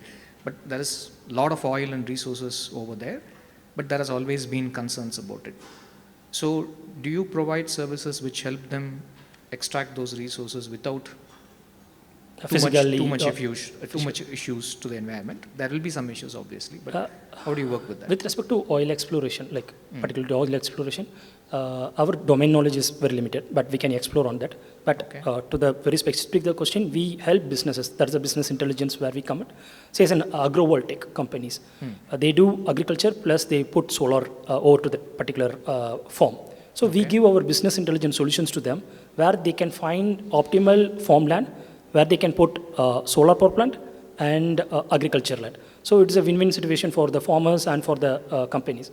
So we can create the business intelligence solutions to oil and gas in such a way. But to be honest, our business domain knowledge with oil and gas is very limited. So that if we look forward, we can able to work on that exploration. Thank you. Thank you. That completes the question and answer round. And with Talal Geospatial Analytics presentation, we wind up the presentations for Infosys. Ladies and gentlemen, it's now time for the final challenge of the day. Please join me in welcoming on stage Mr. K. Iyama, Lifestyle Division Head, and Mr. Masaru Akaishi, Senior Vice President, Circular Economy Department for Toyota, on stage for the introduction. So, namaskar. Thank you for this opportunity. First of all, we'd like to express our great appreciation for the JETRO and the METI for these opportunities. We, Toyota Tsusho India, is always looking for the opportunity and try to connect with the startup. But of course that, as India is so many aggressive startups showing every day. So this kind of opportunity is really appreciated here. So today, we have 3 topics I want to explain. Who we are, Toyota Tsusho, and also 2 challenges. First is a circular economy, how to provide a solution to environment. And the second is economy of life. So these 3 topics are our conversations. So let's see. So who we are. Our company name is the Toyota Tsusho Corporation. Names. As you see the name, looks like a Toyota. So we started the business for providing all of the solution to the Toyota and the Toyota Group. When they make a car, they need to have material. They need to have some of the solution. So we are trying to the bridge for the supplier to user. That is the nature of our business. The word of the Japanese word, tsu, means passing, connecting something. That meaning. And show means the business. So originally our company name is showing that we try to connect some of the supplier and some of the OEM. But now we are changing that, providing the solution to society. That is now we are handling that. So you see, now as I said that, we started the business, core business. This is a mainly day-to-day business, how to support the customer. But now we are trying to emphasize how we, so let's say, how we contribute more to the society. So today's topics, you see that bottom side, circular economy. This is a kind of the environmental things. And also, the other topic is economy of life. This is the second topics. So this is the Toyota Tsusho India, what we have the headquarters Bangalore. But now we're supporting all of the car makers. So we have a mini business. This is a location. We have a location at the Delhi, Gujarat, Pan-India base. And also, I want to show one more slide. What we are doing that Toyota Tsusho India is a difference. What is the difference we are compared with other Japanese training house? You see the location that we have so many locations. Let me back that other slide. You see that we have many locations and many subsidiaries handling that physically the material. What is the difference we are compared with other trading house? Just one point. We are really hands-on type. If we invest or if we're doing the business, we're not just looking at capital gain or etc. We work together with startup. We work together with our partnership. We go to the field, what we call the gemba. We spend our time at the field. For example, my case, I spend almost time at the joint venture to taking care of the environmental things.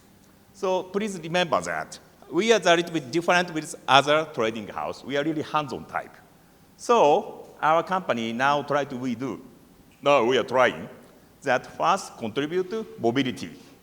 As I said, our company original is taking care of the car OEM. We are taking care of all of the car OEM now in all over the world. So we try to support the mobility society, mobility industry, but also not just for our mobilities. Mobility, we think about that, providing many services for the society. So we also thinking about that, we need to try to contribute to the society. So not just for the mobility. Number two, we try to contribute to the social issues. How we try to contribute, how we provide, or how we make the societies better. So third, including that, not just for related to mobility, as I said, we already consider about the society. So number three, we are now concentrated on how to develop the business, which we can make societies better. This is just an example what kind of area we are handling that, metal or etc. But as I said, today's topic is a circular economy. This is an environmental related matter and also economy of life. So let's go to that. This is a general explanation of the who we are. Let us go to circular economies. So simply put, circular economy, what we are doing, we try to be so perfect solution provider for the circular economy. You see that this is a circle. When the car OEM people making the car, there's a scrap generated. That thing we taking care of the company name is the green metals. After that, car used. After car used, there's accidental car, etc. Those one, we taking care of the used parts.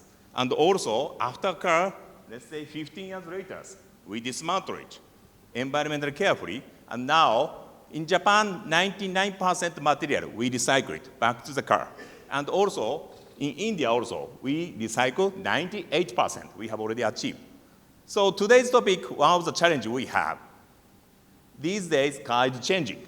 So we expect someone we work together, the battery recycling.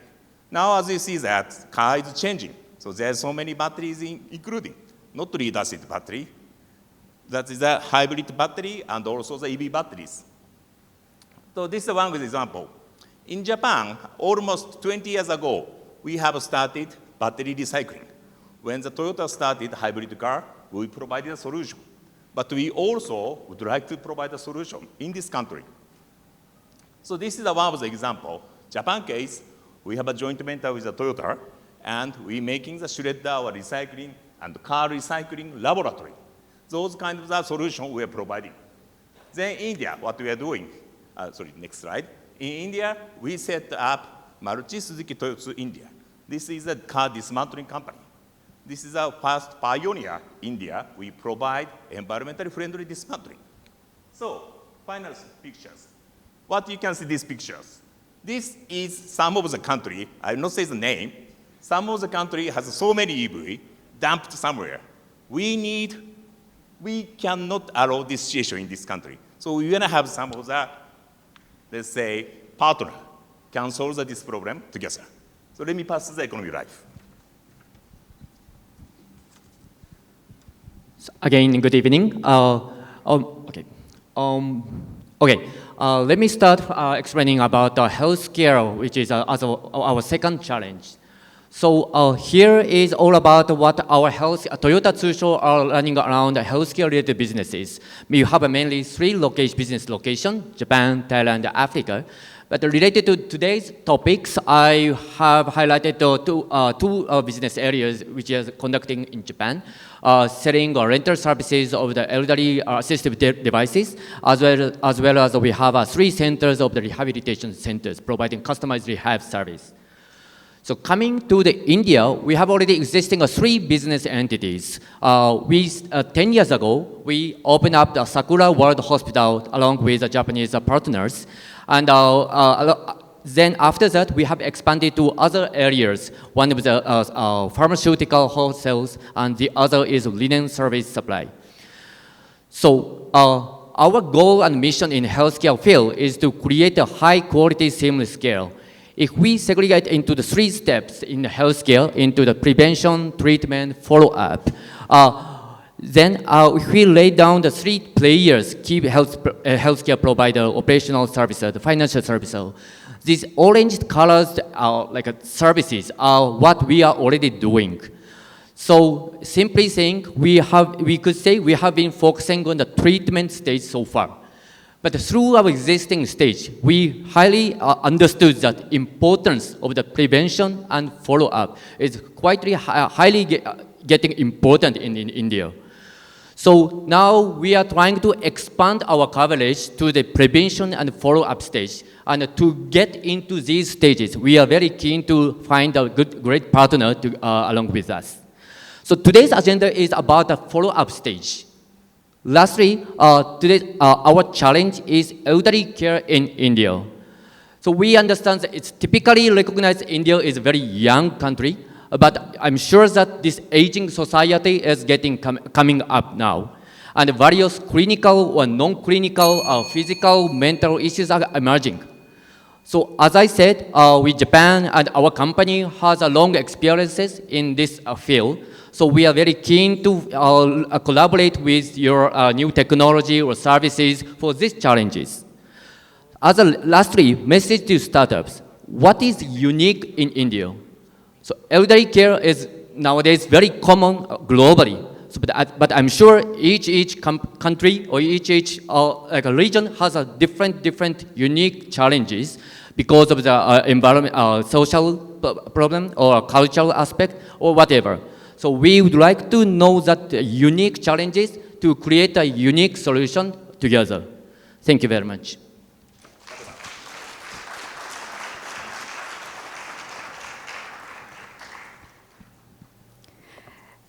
Thank you for that introduction, dignitaries. And with that, let's begin the pitch session for this one. I would like to call on stage the representatives of Batex Energies to deliver their pitch presentation. Hello, first of all, thank you, JETRO, and thank you, San, for explaining the problem so well. I think what you explained, the batteries in the electric mobility are increasing, and there was a picture where the cars were lying around, and that is the exact problem that we are solving for India. This is Utkarsh from Batex Energies. We recycle lithium-ion batteries, and we produce battery-grade critical materials. As a company, we focus on end-to-end life cycle of the entire battery value chain. That is, we work with the OEMs like Ola, Mahindra, Tata, and Maruti to collect their batteries when it comes to end of life, because these batteries have a limited life cycle. Be it any location across the India, we have the capabilities to collect the batteries. Then once the batteries come to our facility, we run them through series of tests, because there are certain times when there is energy still left into those batteries. And if there is energy left, then we take it for second life applications, which are used in energy storage applications.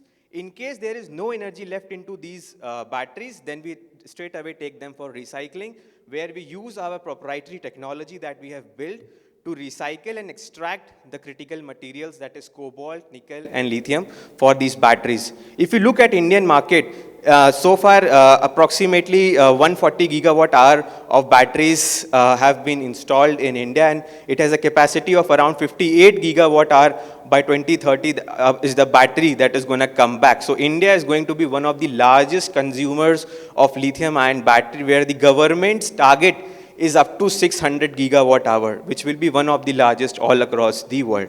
If you look at Indian scenario, on a monthly basis, around 4,500 metric tons of waste that is already coming.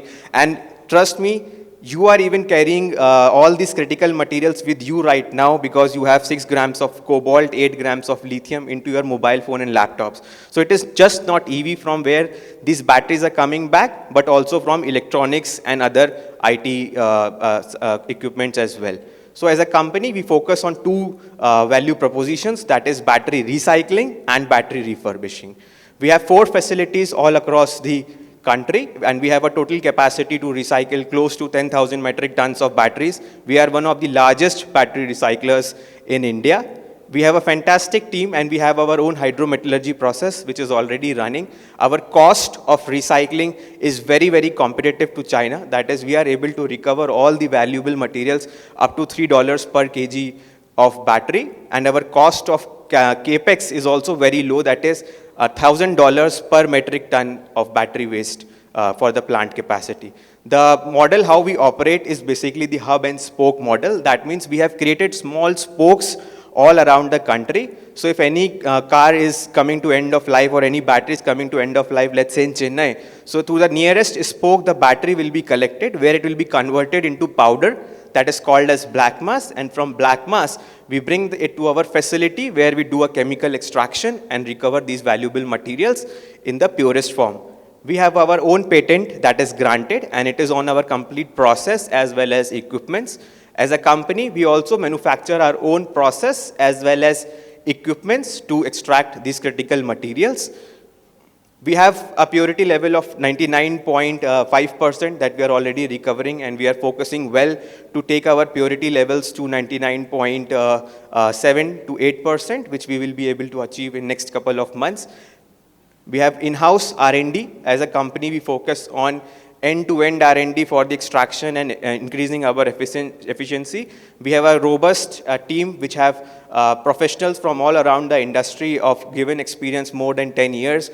Vikrant and I, we both are the co-founders at Batex. We started this out of a college lab, and today we have successfully grown into a company in just 3 years, and we are one of the fastest growing. We have a sales office based out of Korea, from where we sell all of these critical materials that we are extracting.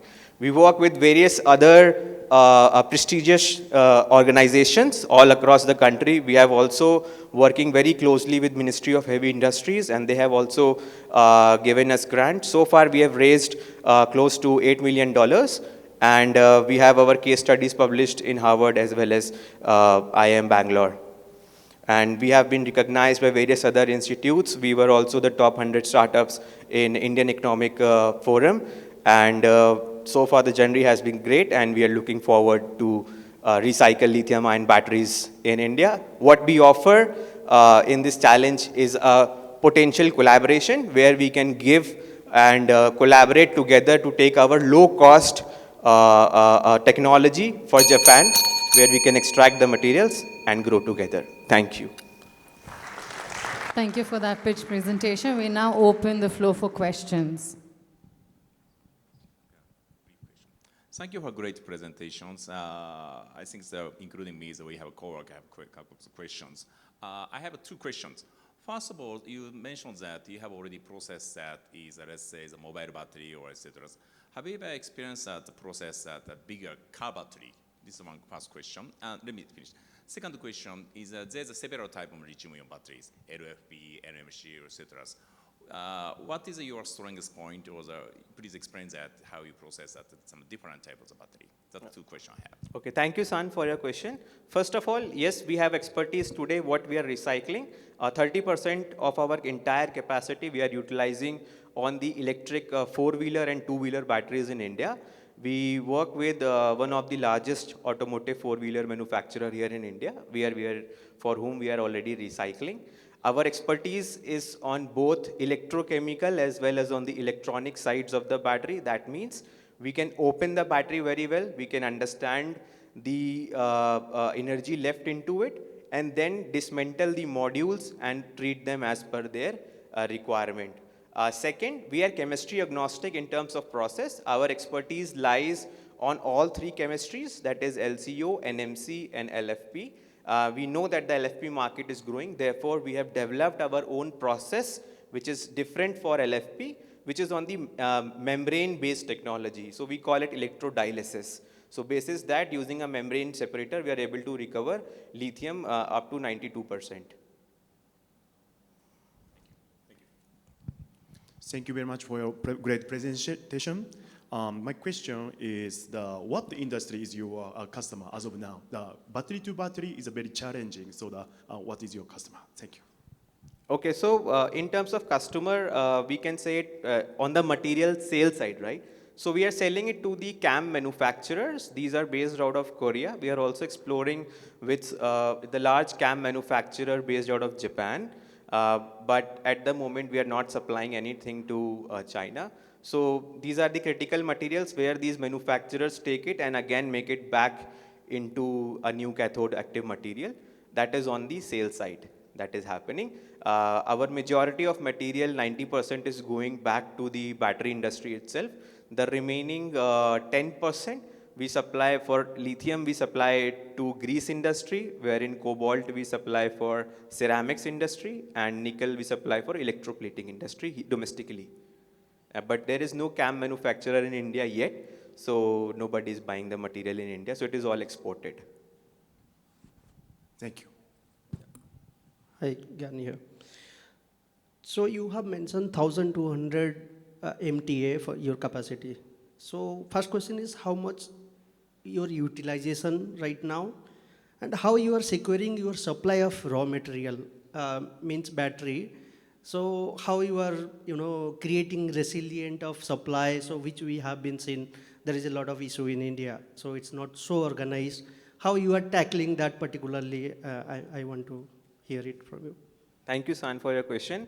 Like I showed in my presentation, if you take the dynamics of last year, so 30% of the scrap came from the organized sector and 70% came from the unorganized sector, which means the scrap coming from the automotive industry today is only 30% of the entire industry. Now we work with a set of unorganized players which are spread all across the country, and we source the material from them, but this is generally your portable electronic batteries. If we talk about automotive, we are working directly with them. Like for example, for Toyota, you have to pick your batteries from the service centers or maybe from one of your repair centers. So we are working with different OEMs who are already started giving us the battery. It will be more resilient when the volume from the OEMs will increase, which will be there by 2030. 80% of the batteries will come from the organized sector and 20% will come from the unorganized sector. Now, yeah. Yes. So that is on the sourcing side. We are not working on the long-term contract at the moment, wherein it is a yearly contract. Like for example, the biggest battery capacity that somebody has today is Reliance. So we have a yearly contract with Reliance and we secure the batteries from them. And the pricing is fixed yearly basis given the prices of the metals. So basis that supply is secured. In terms of quantity, if you talk about 1,200 metric tons per annum, we are able to utilize around 80% of our capacity today. We are in the process to set up another 10,000 metric tons of facility. Thank you. Thank you, sir. Thank you, everybody. We'll conclude the question and answers round for that particular pitch. Thank you so much, representatives from Batex Energies, for joining us on stage for that pitch. Next, I would like to invite the representatives of Those Life Materials to deliver their pitch. Hello, good afternoon, konnichiwa, namaskara. I'm Ashish, I'm the CEO and co-founder of Those Life Materials. those life materials, we're looking forward to be the green minds of the future, and we try to revolutionize battery recycling. Our vision for net zero is building a circular chain to limit critical extraction of materials. Our company intends to use 80% less energy, 80% less water, and 70% less CO2 emissions. Our traction so far, we've secured about 12 batteries from Volvo. We started to use them into energy storage systems. We're also looking at long-term partnerships with OEMs and also offtake partners for materials. The problem statement, the battery market today, there is a little bit of an imbalance between battery production and battery recycling. We try to reduce that gap, and also the demand for, to reduce the limited resource of virgin material from the earth. Also, to look at hazardous environment, the risk of contamination for the lack of recycling from groundwater pollution. Also, geopolitical risks, which is fluctuating metal prices, volatility, and also disruptions in the supply chain. The last but not least, the economic benefit is there's a lack of recycling, which reduces the EV resale risk. The solution, so we're looking at collecting most of our batteries, bringing it to the DOS-Slice facilities, looking at sorting these batteries, then taking it to our centers to look at for second life applications. Post that, we have a patent extraction from black mass, which is basically a sequential extraction process, which I'll walk you through a little later.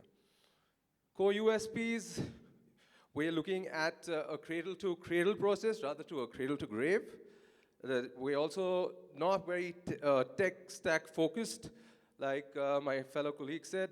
You want to be able to extract materials, but not be too oriented in terms of the process that is used. So the hydrometallurgic process that we're working on is to achieve about 95% purity. Then the last but not least, the focus on also both. That is one, which is feedstock. That's the upstream process to control the feedstock and standardization, and at the same time look at the downstream, which is try and get purity of materials. Last, we also want to offer traceability of batteries in terms of looking at EPR and other certifications. Market sizing. So as far as the Indian market is concerned, it's going to hit roughly about $1 billion post 2030. So we're looking to be able to access some of that. The annual energy storage market, so we're looking to send our second life applications into the annual storage energy market. Our business model at the moment is one, we've been operating while sending out energy storage application, testing these batteries, and then sending it out further for ESS applications. Apart from that, at the moment, we're also looking to start with just black mass producing. We're doing a service fee model too, collection and transportation, but eventually we want to get to the recovery of material and sales. Competition at the moment, vertical axis represents feedstock. So you have a few companies that are focused on feedstock, and a lot of companies focus on the recovery rate. So you have Redwood, DOS-Life, JETRO, Lohim. So where we want to be at the center of feedstock and the process. That way you're dependent on both. Our go-to-market strategy is to have a strategic partnership with OEMs, battery manufacturers, energy storage companies, and also informal recycling networks, which is auto recyclers, dismantlers, and consumer recycling programs. This just gives you a sense of a chart in terms of the green representing the materials that can be cycled versus the blue that goes into construction and other processes.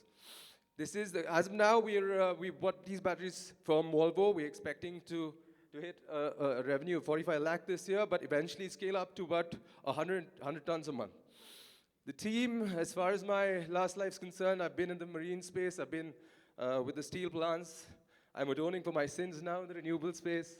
So set up a company that was in the renewable space. We won a postcode lottery challenge in Amsterdam, worked with the German ministry. The patents are with our CTO, Gautam Das, civil engineer, there's Bharat Rao and Dr. Satya.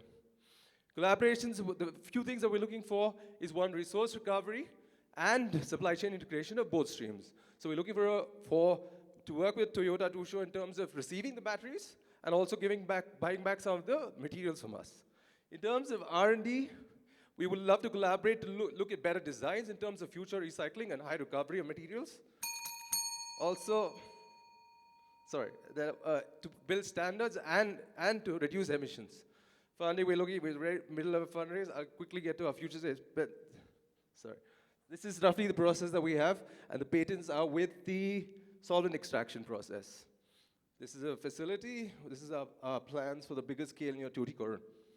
And that's our lab. Thank you. Thank you for that presentation. We now open the floor for questions. Thank you for presentations. And I understand that you try to invent some of the process now. Could you let me know that some of the your time schedule plan? My understanding, some of the material recovery is you are kind of the labo or some of the trial stage. When you plan to provide such service to the market? Great question. Great question, sir. So if I can answer that, can I get back to the slide? It's not too. Yeah. So in terms of the actual, I couldn't really walk you through it. We're looking at the bench scale. We're starting at 500 kgs a month, and that's just to test the chemistry and feasibility of it. We are at the moment a lab in Boston at Whitworth. So we've got to about 70% purity. But post that, we want to do a pilot scale at about 50 tons a month for in roughly about 2 years. Post that, we want to get to pre-commercial production, which is about 100 tons a month, to be able to hit about 95%. So that's mostly in the solvent extraction process. And everything's boilerplate at the moment, but the key ingredient is the solvent extraction using organic lignins. And final, hopefully by the 36th month, hit full-scale production of about 250 tons a month. Thank you. One more question related to these matters. I understand your plan. How you plan to secure the materials? This kind of the recycling business, securing material is one of the key success factors. So let me know that your plan. Great question. As in, at the moment, it's a little bit of a lean period because not a lot of batteries have come to end of life yet. So ideally, we want to start working with a few of the giga factories that are going to start setting up. So you have a little bit of production waste, but at the same time, we're negotiating long-term contracts with OEMs and battery manufacturers. So we can control feedstock and simultaneously work on the process of it. Thank you. Thank you. Thank you very much for your presentation. Which is your, I understand you are having a business for the recycling and reusing as well. So which is your more focusing area? Great question again. I think it's a little bit of a small-term and long-term plan. Your customer is your buyer again. So we start off, we do not want to waste time in terms of getting our purities. So we start off with having our customers as battery manufacturers, take that, give them a battery life cycle partnership. So if we can use their end-of-life batteries, put that into secondary storage solutions, eventually get to buying the raw material out of it. Hi. So what is the threat for your business you foresee right now? What is your business threat? Threat. You feel this is a threat for my business right now because it's quite early stage, right? Yeah, absolutely. So what is the biggest threat you feel, and what are you doing to mitigate that? So as of now, I would say it's mostly trying to get our production facility up and running as soon as possible, because we have a lot of batteries at the moment. And I have a small warehouse close to Kanakpura. It's not enough to store it, but at the same time, I want to be able to circularly integrate into first life manufacturing. So I think it is if we can get to that stage as soon as possible, which means start to control feedstock and at the same time test and be able to process these materials. Sorry, one follow-up question. Sure. So at this moment, you are not scaled enough to recycle that. Absolutely. Right. So you don't require any fund, or you just required, the supply feeding into your factory and buying back. Yeah. Or you want everything altogether? I would say everything. So I had the funding. We are in the middle of a fundraise too, looking to just send up the bench scale labs, right? So I think the hardest part of being a startup is you have to have your small-term goals and your long-term goals, and at the same time, you have to be able to scale that. So the money comes in to build the bench scale labs, look at extraction, look at feasibility, at the same time control all of the other processes that you need. We'll conclude the question and answers round for that particular pitch. Thank you so much for joining us out here and delivering that pitch for those life materials. Much appreciated. If I could now invite the representative of Aruman Thanimam to kindly join us on stage for their pitch presentation. Good evening all. I'm happy that I'm in a prestigious dais because we are very young to be here when compared to other startups. We are just 5 months old. And I am from Omron Thanimam Private Limited, and I'm Dr. Chitralekha. I have 20 years of R&D experience, and these are all my co-founders. We are from IIT Madras, and here I'm going to present our product, Jerry Watch, a smart biodegradable diaper which can continuously monitor the urine biomarkers. So Omron Thanimam is into manufacturing of materials for additive manufacturing. Right now we are focusing on inks which goes to additive manufacturing, especially we are into graphene based ink, MOS to 2D material ink, and now we are making use cases in sensors and supercapacitors. So the problem we solve here is already explained by Toyota, but let me just make it clear, because why we are into this is because in India the whole dynamics is changing. Now you can see a lot of women are going for job, and also the aging population or graying population is already increasing. But the thing is that already Japan might have faced that problem, but here we are yet to face the menace of this kind of thing, because so far the housewives are the ones who were taking care of geriatric people.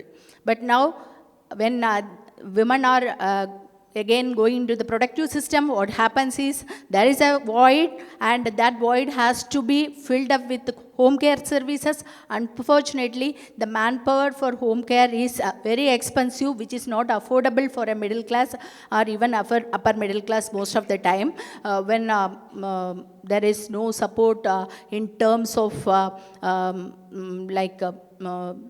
for adult population, we are not having even a pension scheme, or just like in other welfare states. So these are all the problems we are facing in near future, because at that time we need to come up with solutions. So here we are with a solution which can be adopted in near future by adult diaper market, especially because adult diapers will be the one which can give you non-invasive sensing of most of the biomarkers compared to any other device which is attached to a human body.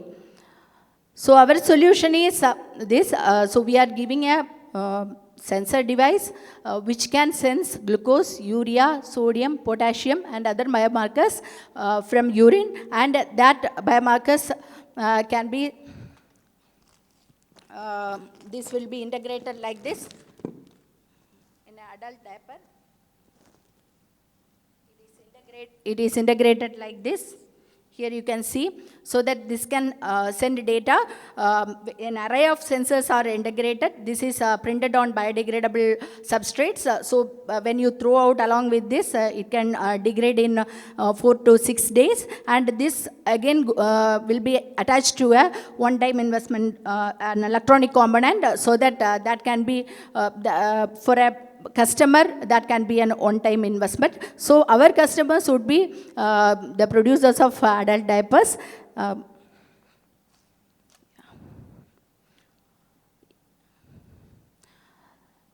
So this is the proof of concept. This is we made of our own. All these 4 sensors, whatever I show here is developed by us in our lab. And what kind of pain we are sorting out for both the users is this. These are all the pains. And here the market size you can see. So far, whoever in the market is actually showing only urine indication or that witness, but we can provide these things. And our roadmap is in next 18 months we want to develop this for actually analyzing the real-time data. And our ask is 50 lakhs CSR fund for the product level development. And also we look for implementation partnership because I heard that Toyota is into adult diaper market by supplying materials. So we are looking for both partnership in terms of technology development as well as funding. Thank you. Thank you for that presentation. We'll open our floor for questions. Hi. My question is, what exactly are your target markets?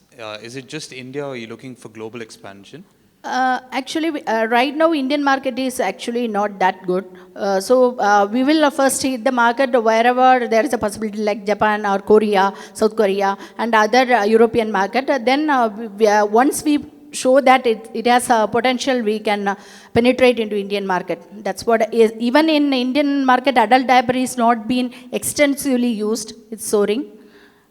Got it. The second is with regards to the use cases. So a lot of them, I think your sensor is for self-use. Am I correct? Or is it to be used by hospitals? No, it's a home care product. So adult diaper is actually a home care product. Suppose a patient is in ICU for quite a long time. There also you can use along with urine bag. So this can be adaptable with, we are making studies on different actually products so that we can put it in any kind of such bags, adult diaper or in chronic cases like this urine bag, we are making cases. And my last question to you is with regards to, are you primarily focusing on just incontinence, or are you focusing on other areas where your sensors can help pick up parameters for elderly care? Yeah, even from sweat, you can sense sodium. Potassium is a major component in sweat, and the glucose can be taken. But right now, why we are focusing is because this has a unique market. That's why we are focusing it. But already we have shown that sodium can be found from sweat in case of cystic fibrosis cases. Yeah. Thank you very much. Yeah, we have understood that you are very like early stage, but I heard it's very interesting. One question, I think we have understood your core technology to create to manufacture the sensor in the diapers, but you need this electric gadget.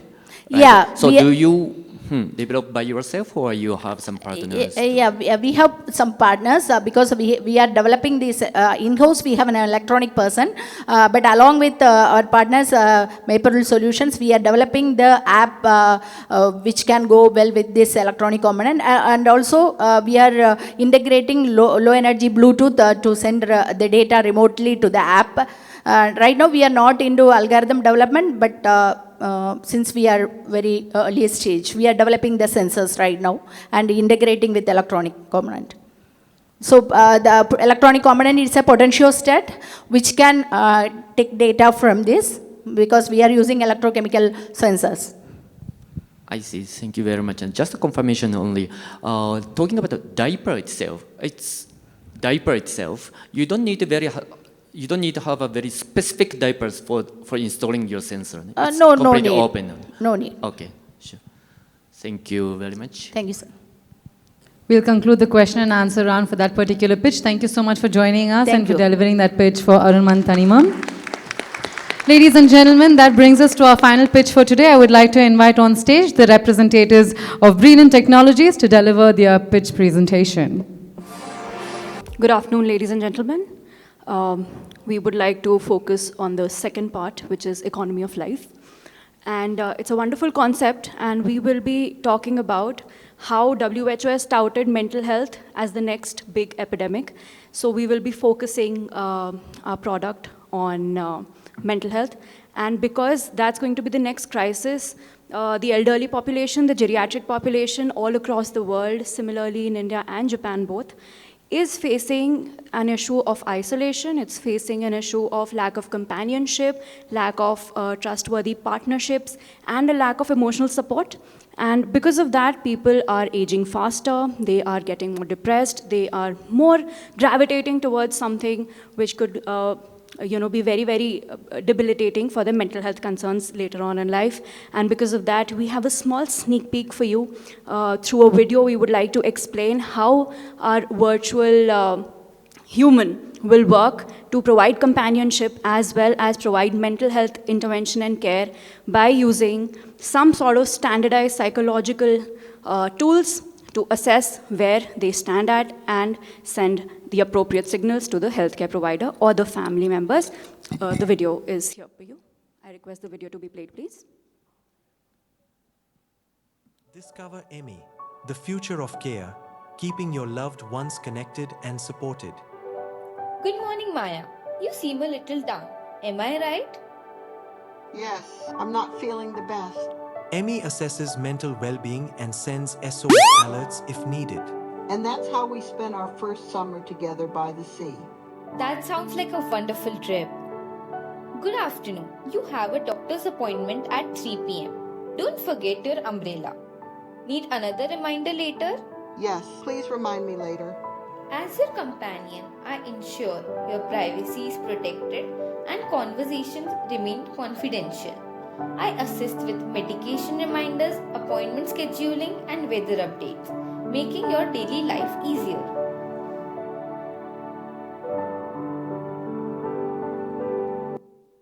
A very good afternoon to all once again. So I am Sanjay, I'm a CTO and co-founder of Brainin, along with my colleague Gagi, who's the brain behind it, as a professional, as a psychologist over here. So yes, we are building a digital human technology as a company over there. And when we started this product, I'll just convey my story when we started about the product on the healthcare side.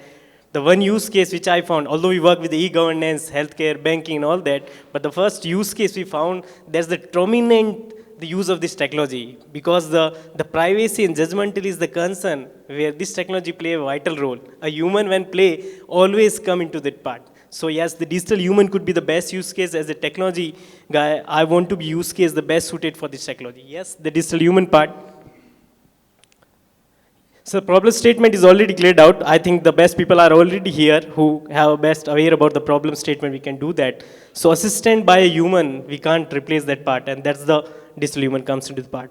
The solution is quite clear. Through the video, we try to be max visualized by the time we do have. So we have a face, brain, and the voice we can communicate as assistants. By all means, do that. What kind of assistance we can do that? I think right from starting for the daily assistant to the medication to the companionship, the sentiment analysis by means of the nostalgia story we do have. That's the companion required. Loneliness is the things, I think that's the best curated things we need to do that, and that's the things we want to work out in that way. So these are the few things we want to work in this way. How the technology works play out. So in the very quicker time, I'll say the front end, we do have a digital human who it's a hyper realistic with the voice and the appearance side, we build that compared to the other human compared in the market available in that part. On the back end, we do have our own NLP. It's a drafted patent. We do already work out in that way. And that's the things work out. We can have more discussion if the technology side makes arises. The market, I think, I think that's the already the audience we do have in this all is aware about the things. Yes, that's the interesting things we started out. Although, as I said, we worked out with the e-governance to the bank, Bank of Baroda, Indian Railways. The first project we worked out with the All India Institute of Medical Sciences, and that was for adolescent health. So when they come up to us, Sanjay, we need to create a technology out of it. When I brainstorm about it, we found it was on basically a adolescent health plus dementia patients. And the taboo topic, I think the Indian context we are about it, we don't want to talk on a menstrual cycle and all that. So we created digital human of the teachers, and we found a very engagement out of it, that part. So that is the first project we built out. It's still the second phase is coming on. As I said, they are working on the dementia patient on that part. Almost 50,000 plus users we have been worked out. And this is a research project, and we found a very interesting use case out of it. So that's the things we do. That journey is quite short. I think started the technology too. We have been earlier, we done a pilot. So it's a pilot to stage the technology we are building out. And we are very fortunate to got a very interesting use case, right, to the banking, to some credible client. That makes us more learning on that part side. I think these few of the things we do have already bucket, but I think the long way to work out. Globally, we have been a part of the CS in the United States in the last year and start of the year by the STPI. So, but I think there's a lot of things we need to work out in that way, and we are ready for it, for that part as well. On the specifically the current direct market, in especially elderly care, I think there's not a use case settlement over there, but I think few of the companies working digital human, that makes sense for it. Yeah, go to market, I think, as I already said, in a pilot stage we are been, and we are looking for a pilot from the Toyota, specifically for the learning. Japan is the, I think, the best ideal case we can think out in that way. Yeah, that is the team. I myself, Sanjay, and Gagi with me. This is a core team. We do have a full-time working on that part. Along the board, we do have some dean from the Kuldeep Singh is basically on a psychologist working out from the day one, and the Ritika is the key person on it. All the team is working automatically. Thank you so much, and happy to answer out. Thank you for that presentation. We open up the floor for questions. Thank you very much. Since we started exploring the opportunity of the elderly care, first of all, we started from the very clinical side or physical like a disability point of view, but we are slowly getting realize the importance of the mental aspects that elderly people has. So this topic is also one of the solutions to sort it out. Thank you very much. So two questions. One is maybe very typical question.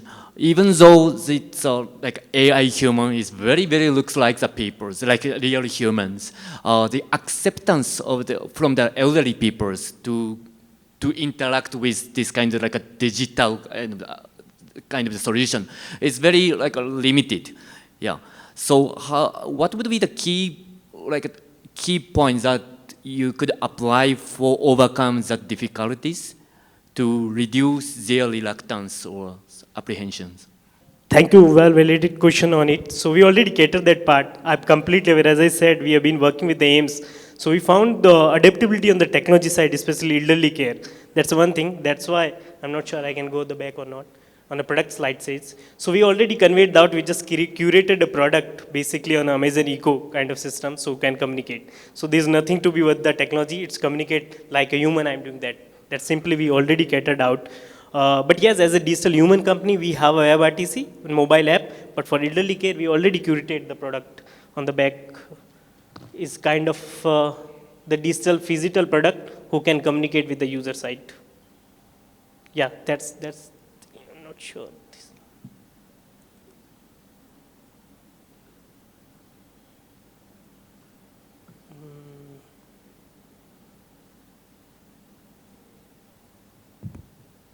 Not sure about the product side. I think that's the slide we are missing out. In a video, you can see that's the typical hardware we do have, simply communicating with the user side. It's portable. Sorry. I'm sorry. I'd like to add something to this.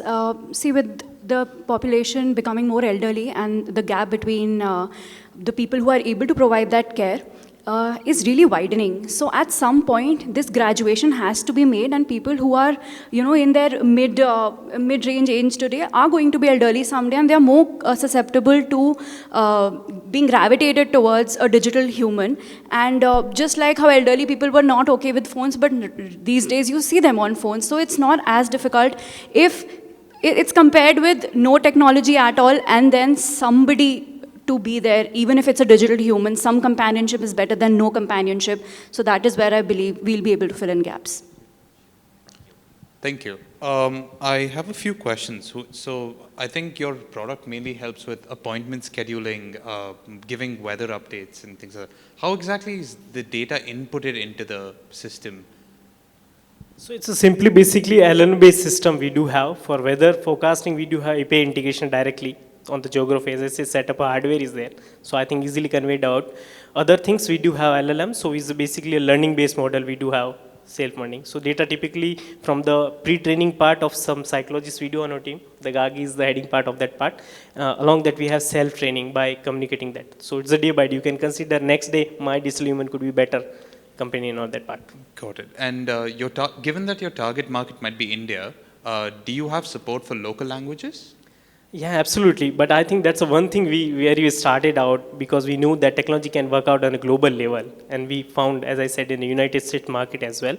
But yes, for the 70 languages globally, we already taken care about it. 17 languages regionally, we already taken care of India. And for that, we have already worked the government of Rajasthan on a Marwadi context part. Recently, we just worked with the Invest Punjab, with the Punjab government. So 17 languages there right now, but I think we have very rapid development happening in the regional part. So I think that won't be a bar at all. My last question is with regards to your revenue model. So elderly people usually have, they're not earning members. So how exactly are you pricing what's your pricing strategy for the product? So we are on a pilot stage company. As I said, we are working on a piloting, like with the sponsor, with the aims and all that. So it's a B2B kind of things to do that. And on a long run, we can see that kind of a collaboration we are looking forward to in that way. If a global market like Japan or the United States, absolutely, that won't be any challenge at all. For Indian market, we are going to some CSR activities by some of companies only. Got it. Thank you. Thank you so much for the opportunity. Thank you so much for joining us on stage and for delivering that pitch presentation. And with that, we come to an end of all the pitch presentations of all our startups. Can we take this moment and put our hands together and let's give it up for all the startups who joined us out here and delivered their innovative thoughts. I think the Japan-India innovation pitch is essentially that, having them come and share their thoughts, their inputs, and widening our horizon and perspectives with the same. Now, I do have a final request for all of you present out here. To each of you out here, if I could request you to kindly scan the QR code that's been displayed on our screens to give us your valuable feedback. Now, your feedback, of course, is important for us, so we would like to understand how best we can improve for our next pitch. Also, if you would like to get connected to any of our companies out here or any of the startups that you heard on our stage today, please do mention it in your form and we can help you and assist you with the same. And with that being said, I would like to invite on stage Mr. Toshihiro Mizutani, Director General for JETRO Bengaluru, for the closing remarks for today.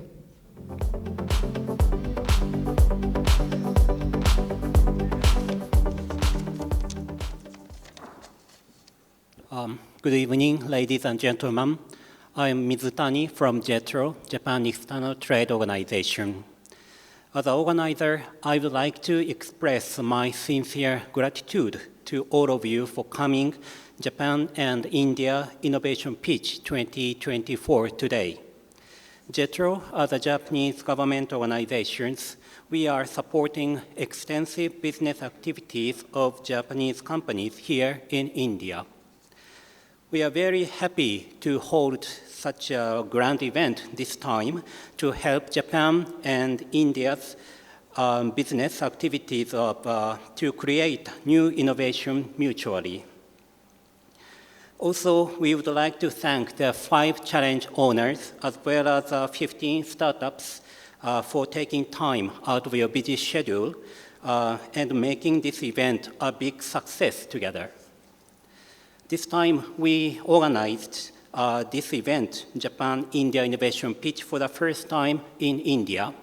And we're really happy, hope that this event will serve various opportunities for new business and innovations between Japan and India in near future. If JETRO can assist in this process, we are very happy and would like to do our best to support your activities.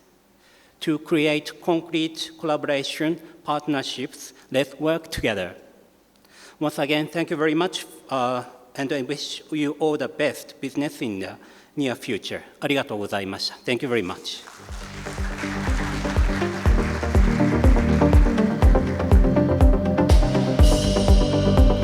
Thank you, Mizutani-san. Distinguished guests, thank you so much for taking the time off and joining us out here today. We do hope that it has been a thoroughly engaging experience for you. Now, for those of you who are further interested in networking with the pitch representatives, please feel free to interact with them until 5 p.m. They will be seated at their designated tables towards the back of the hall shortly. On behalf of Japan-India Innovation Pitch 2024 organizers, I would like to convey our deepest regards to the enthusiastic participation of all the startups and a heartfelt gratitude to our delegates and our dignitaries and distinguished guests for spending their precious time with us today. Thank you so much, everyone. Have a lovely evening ahead. Thank you.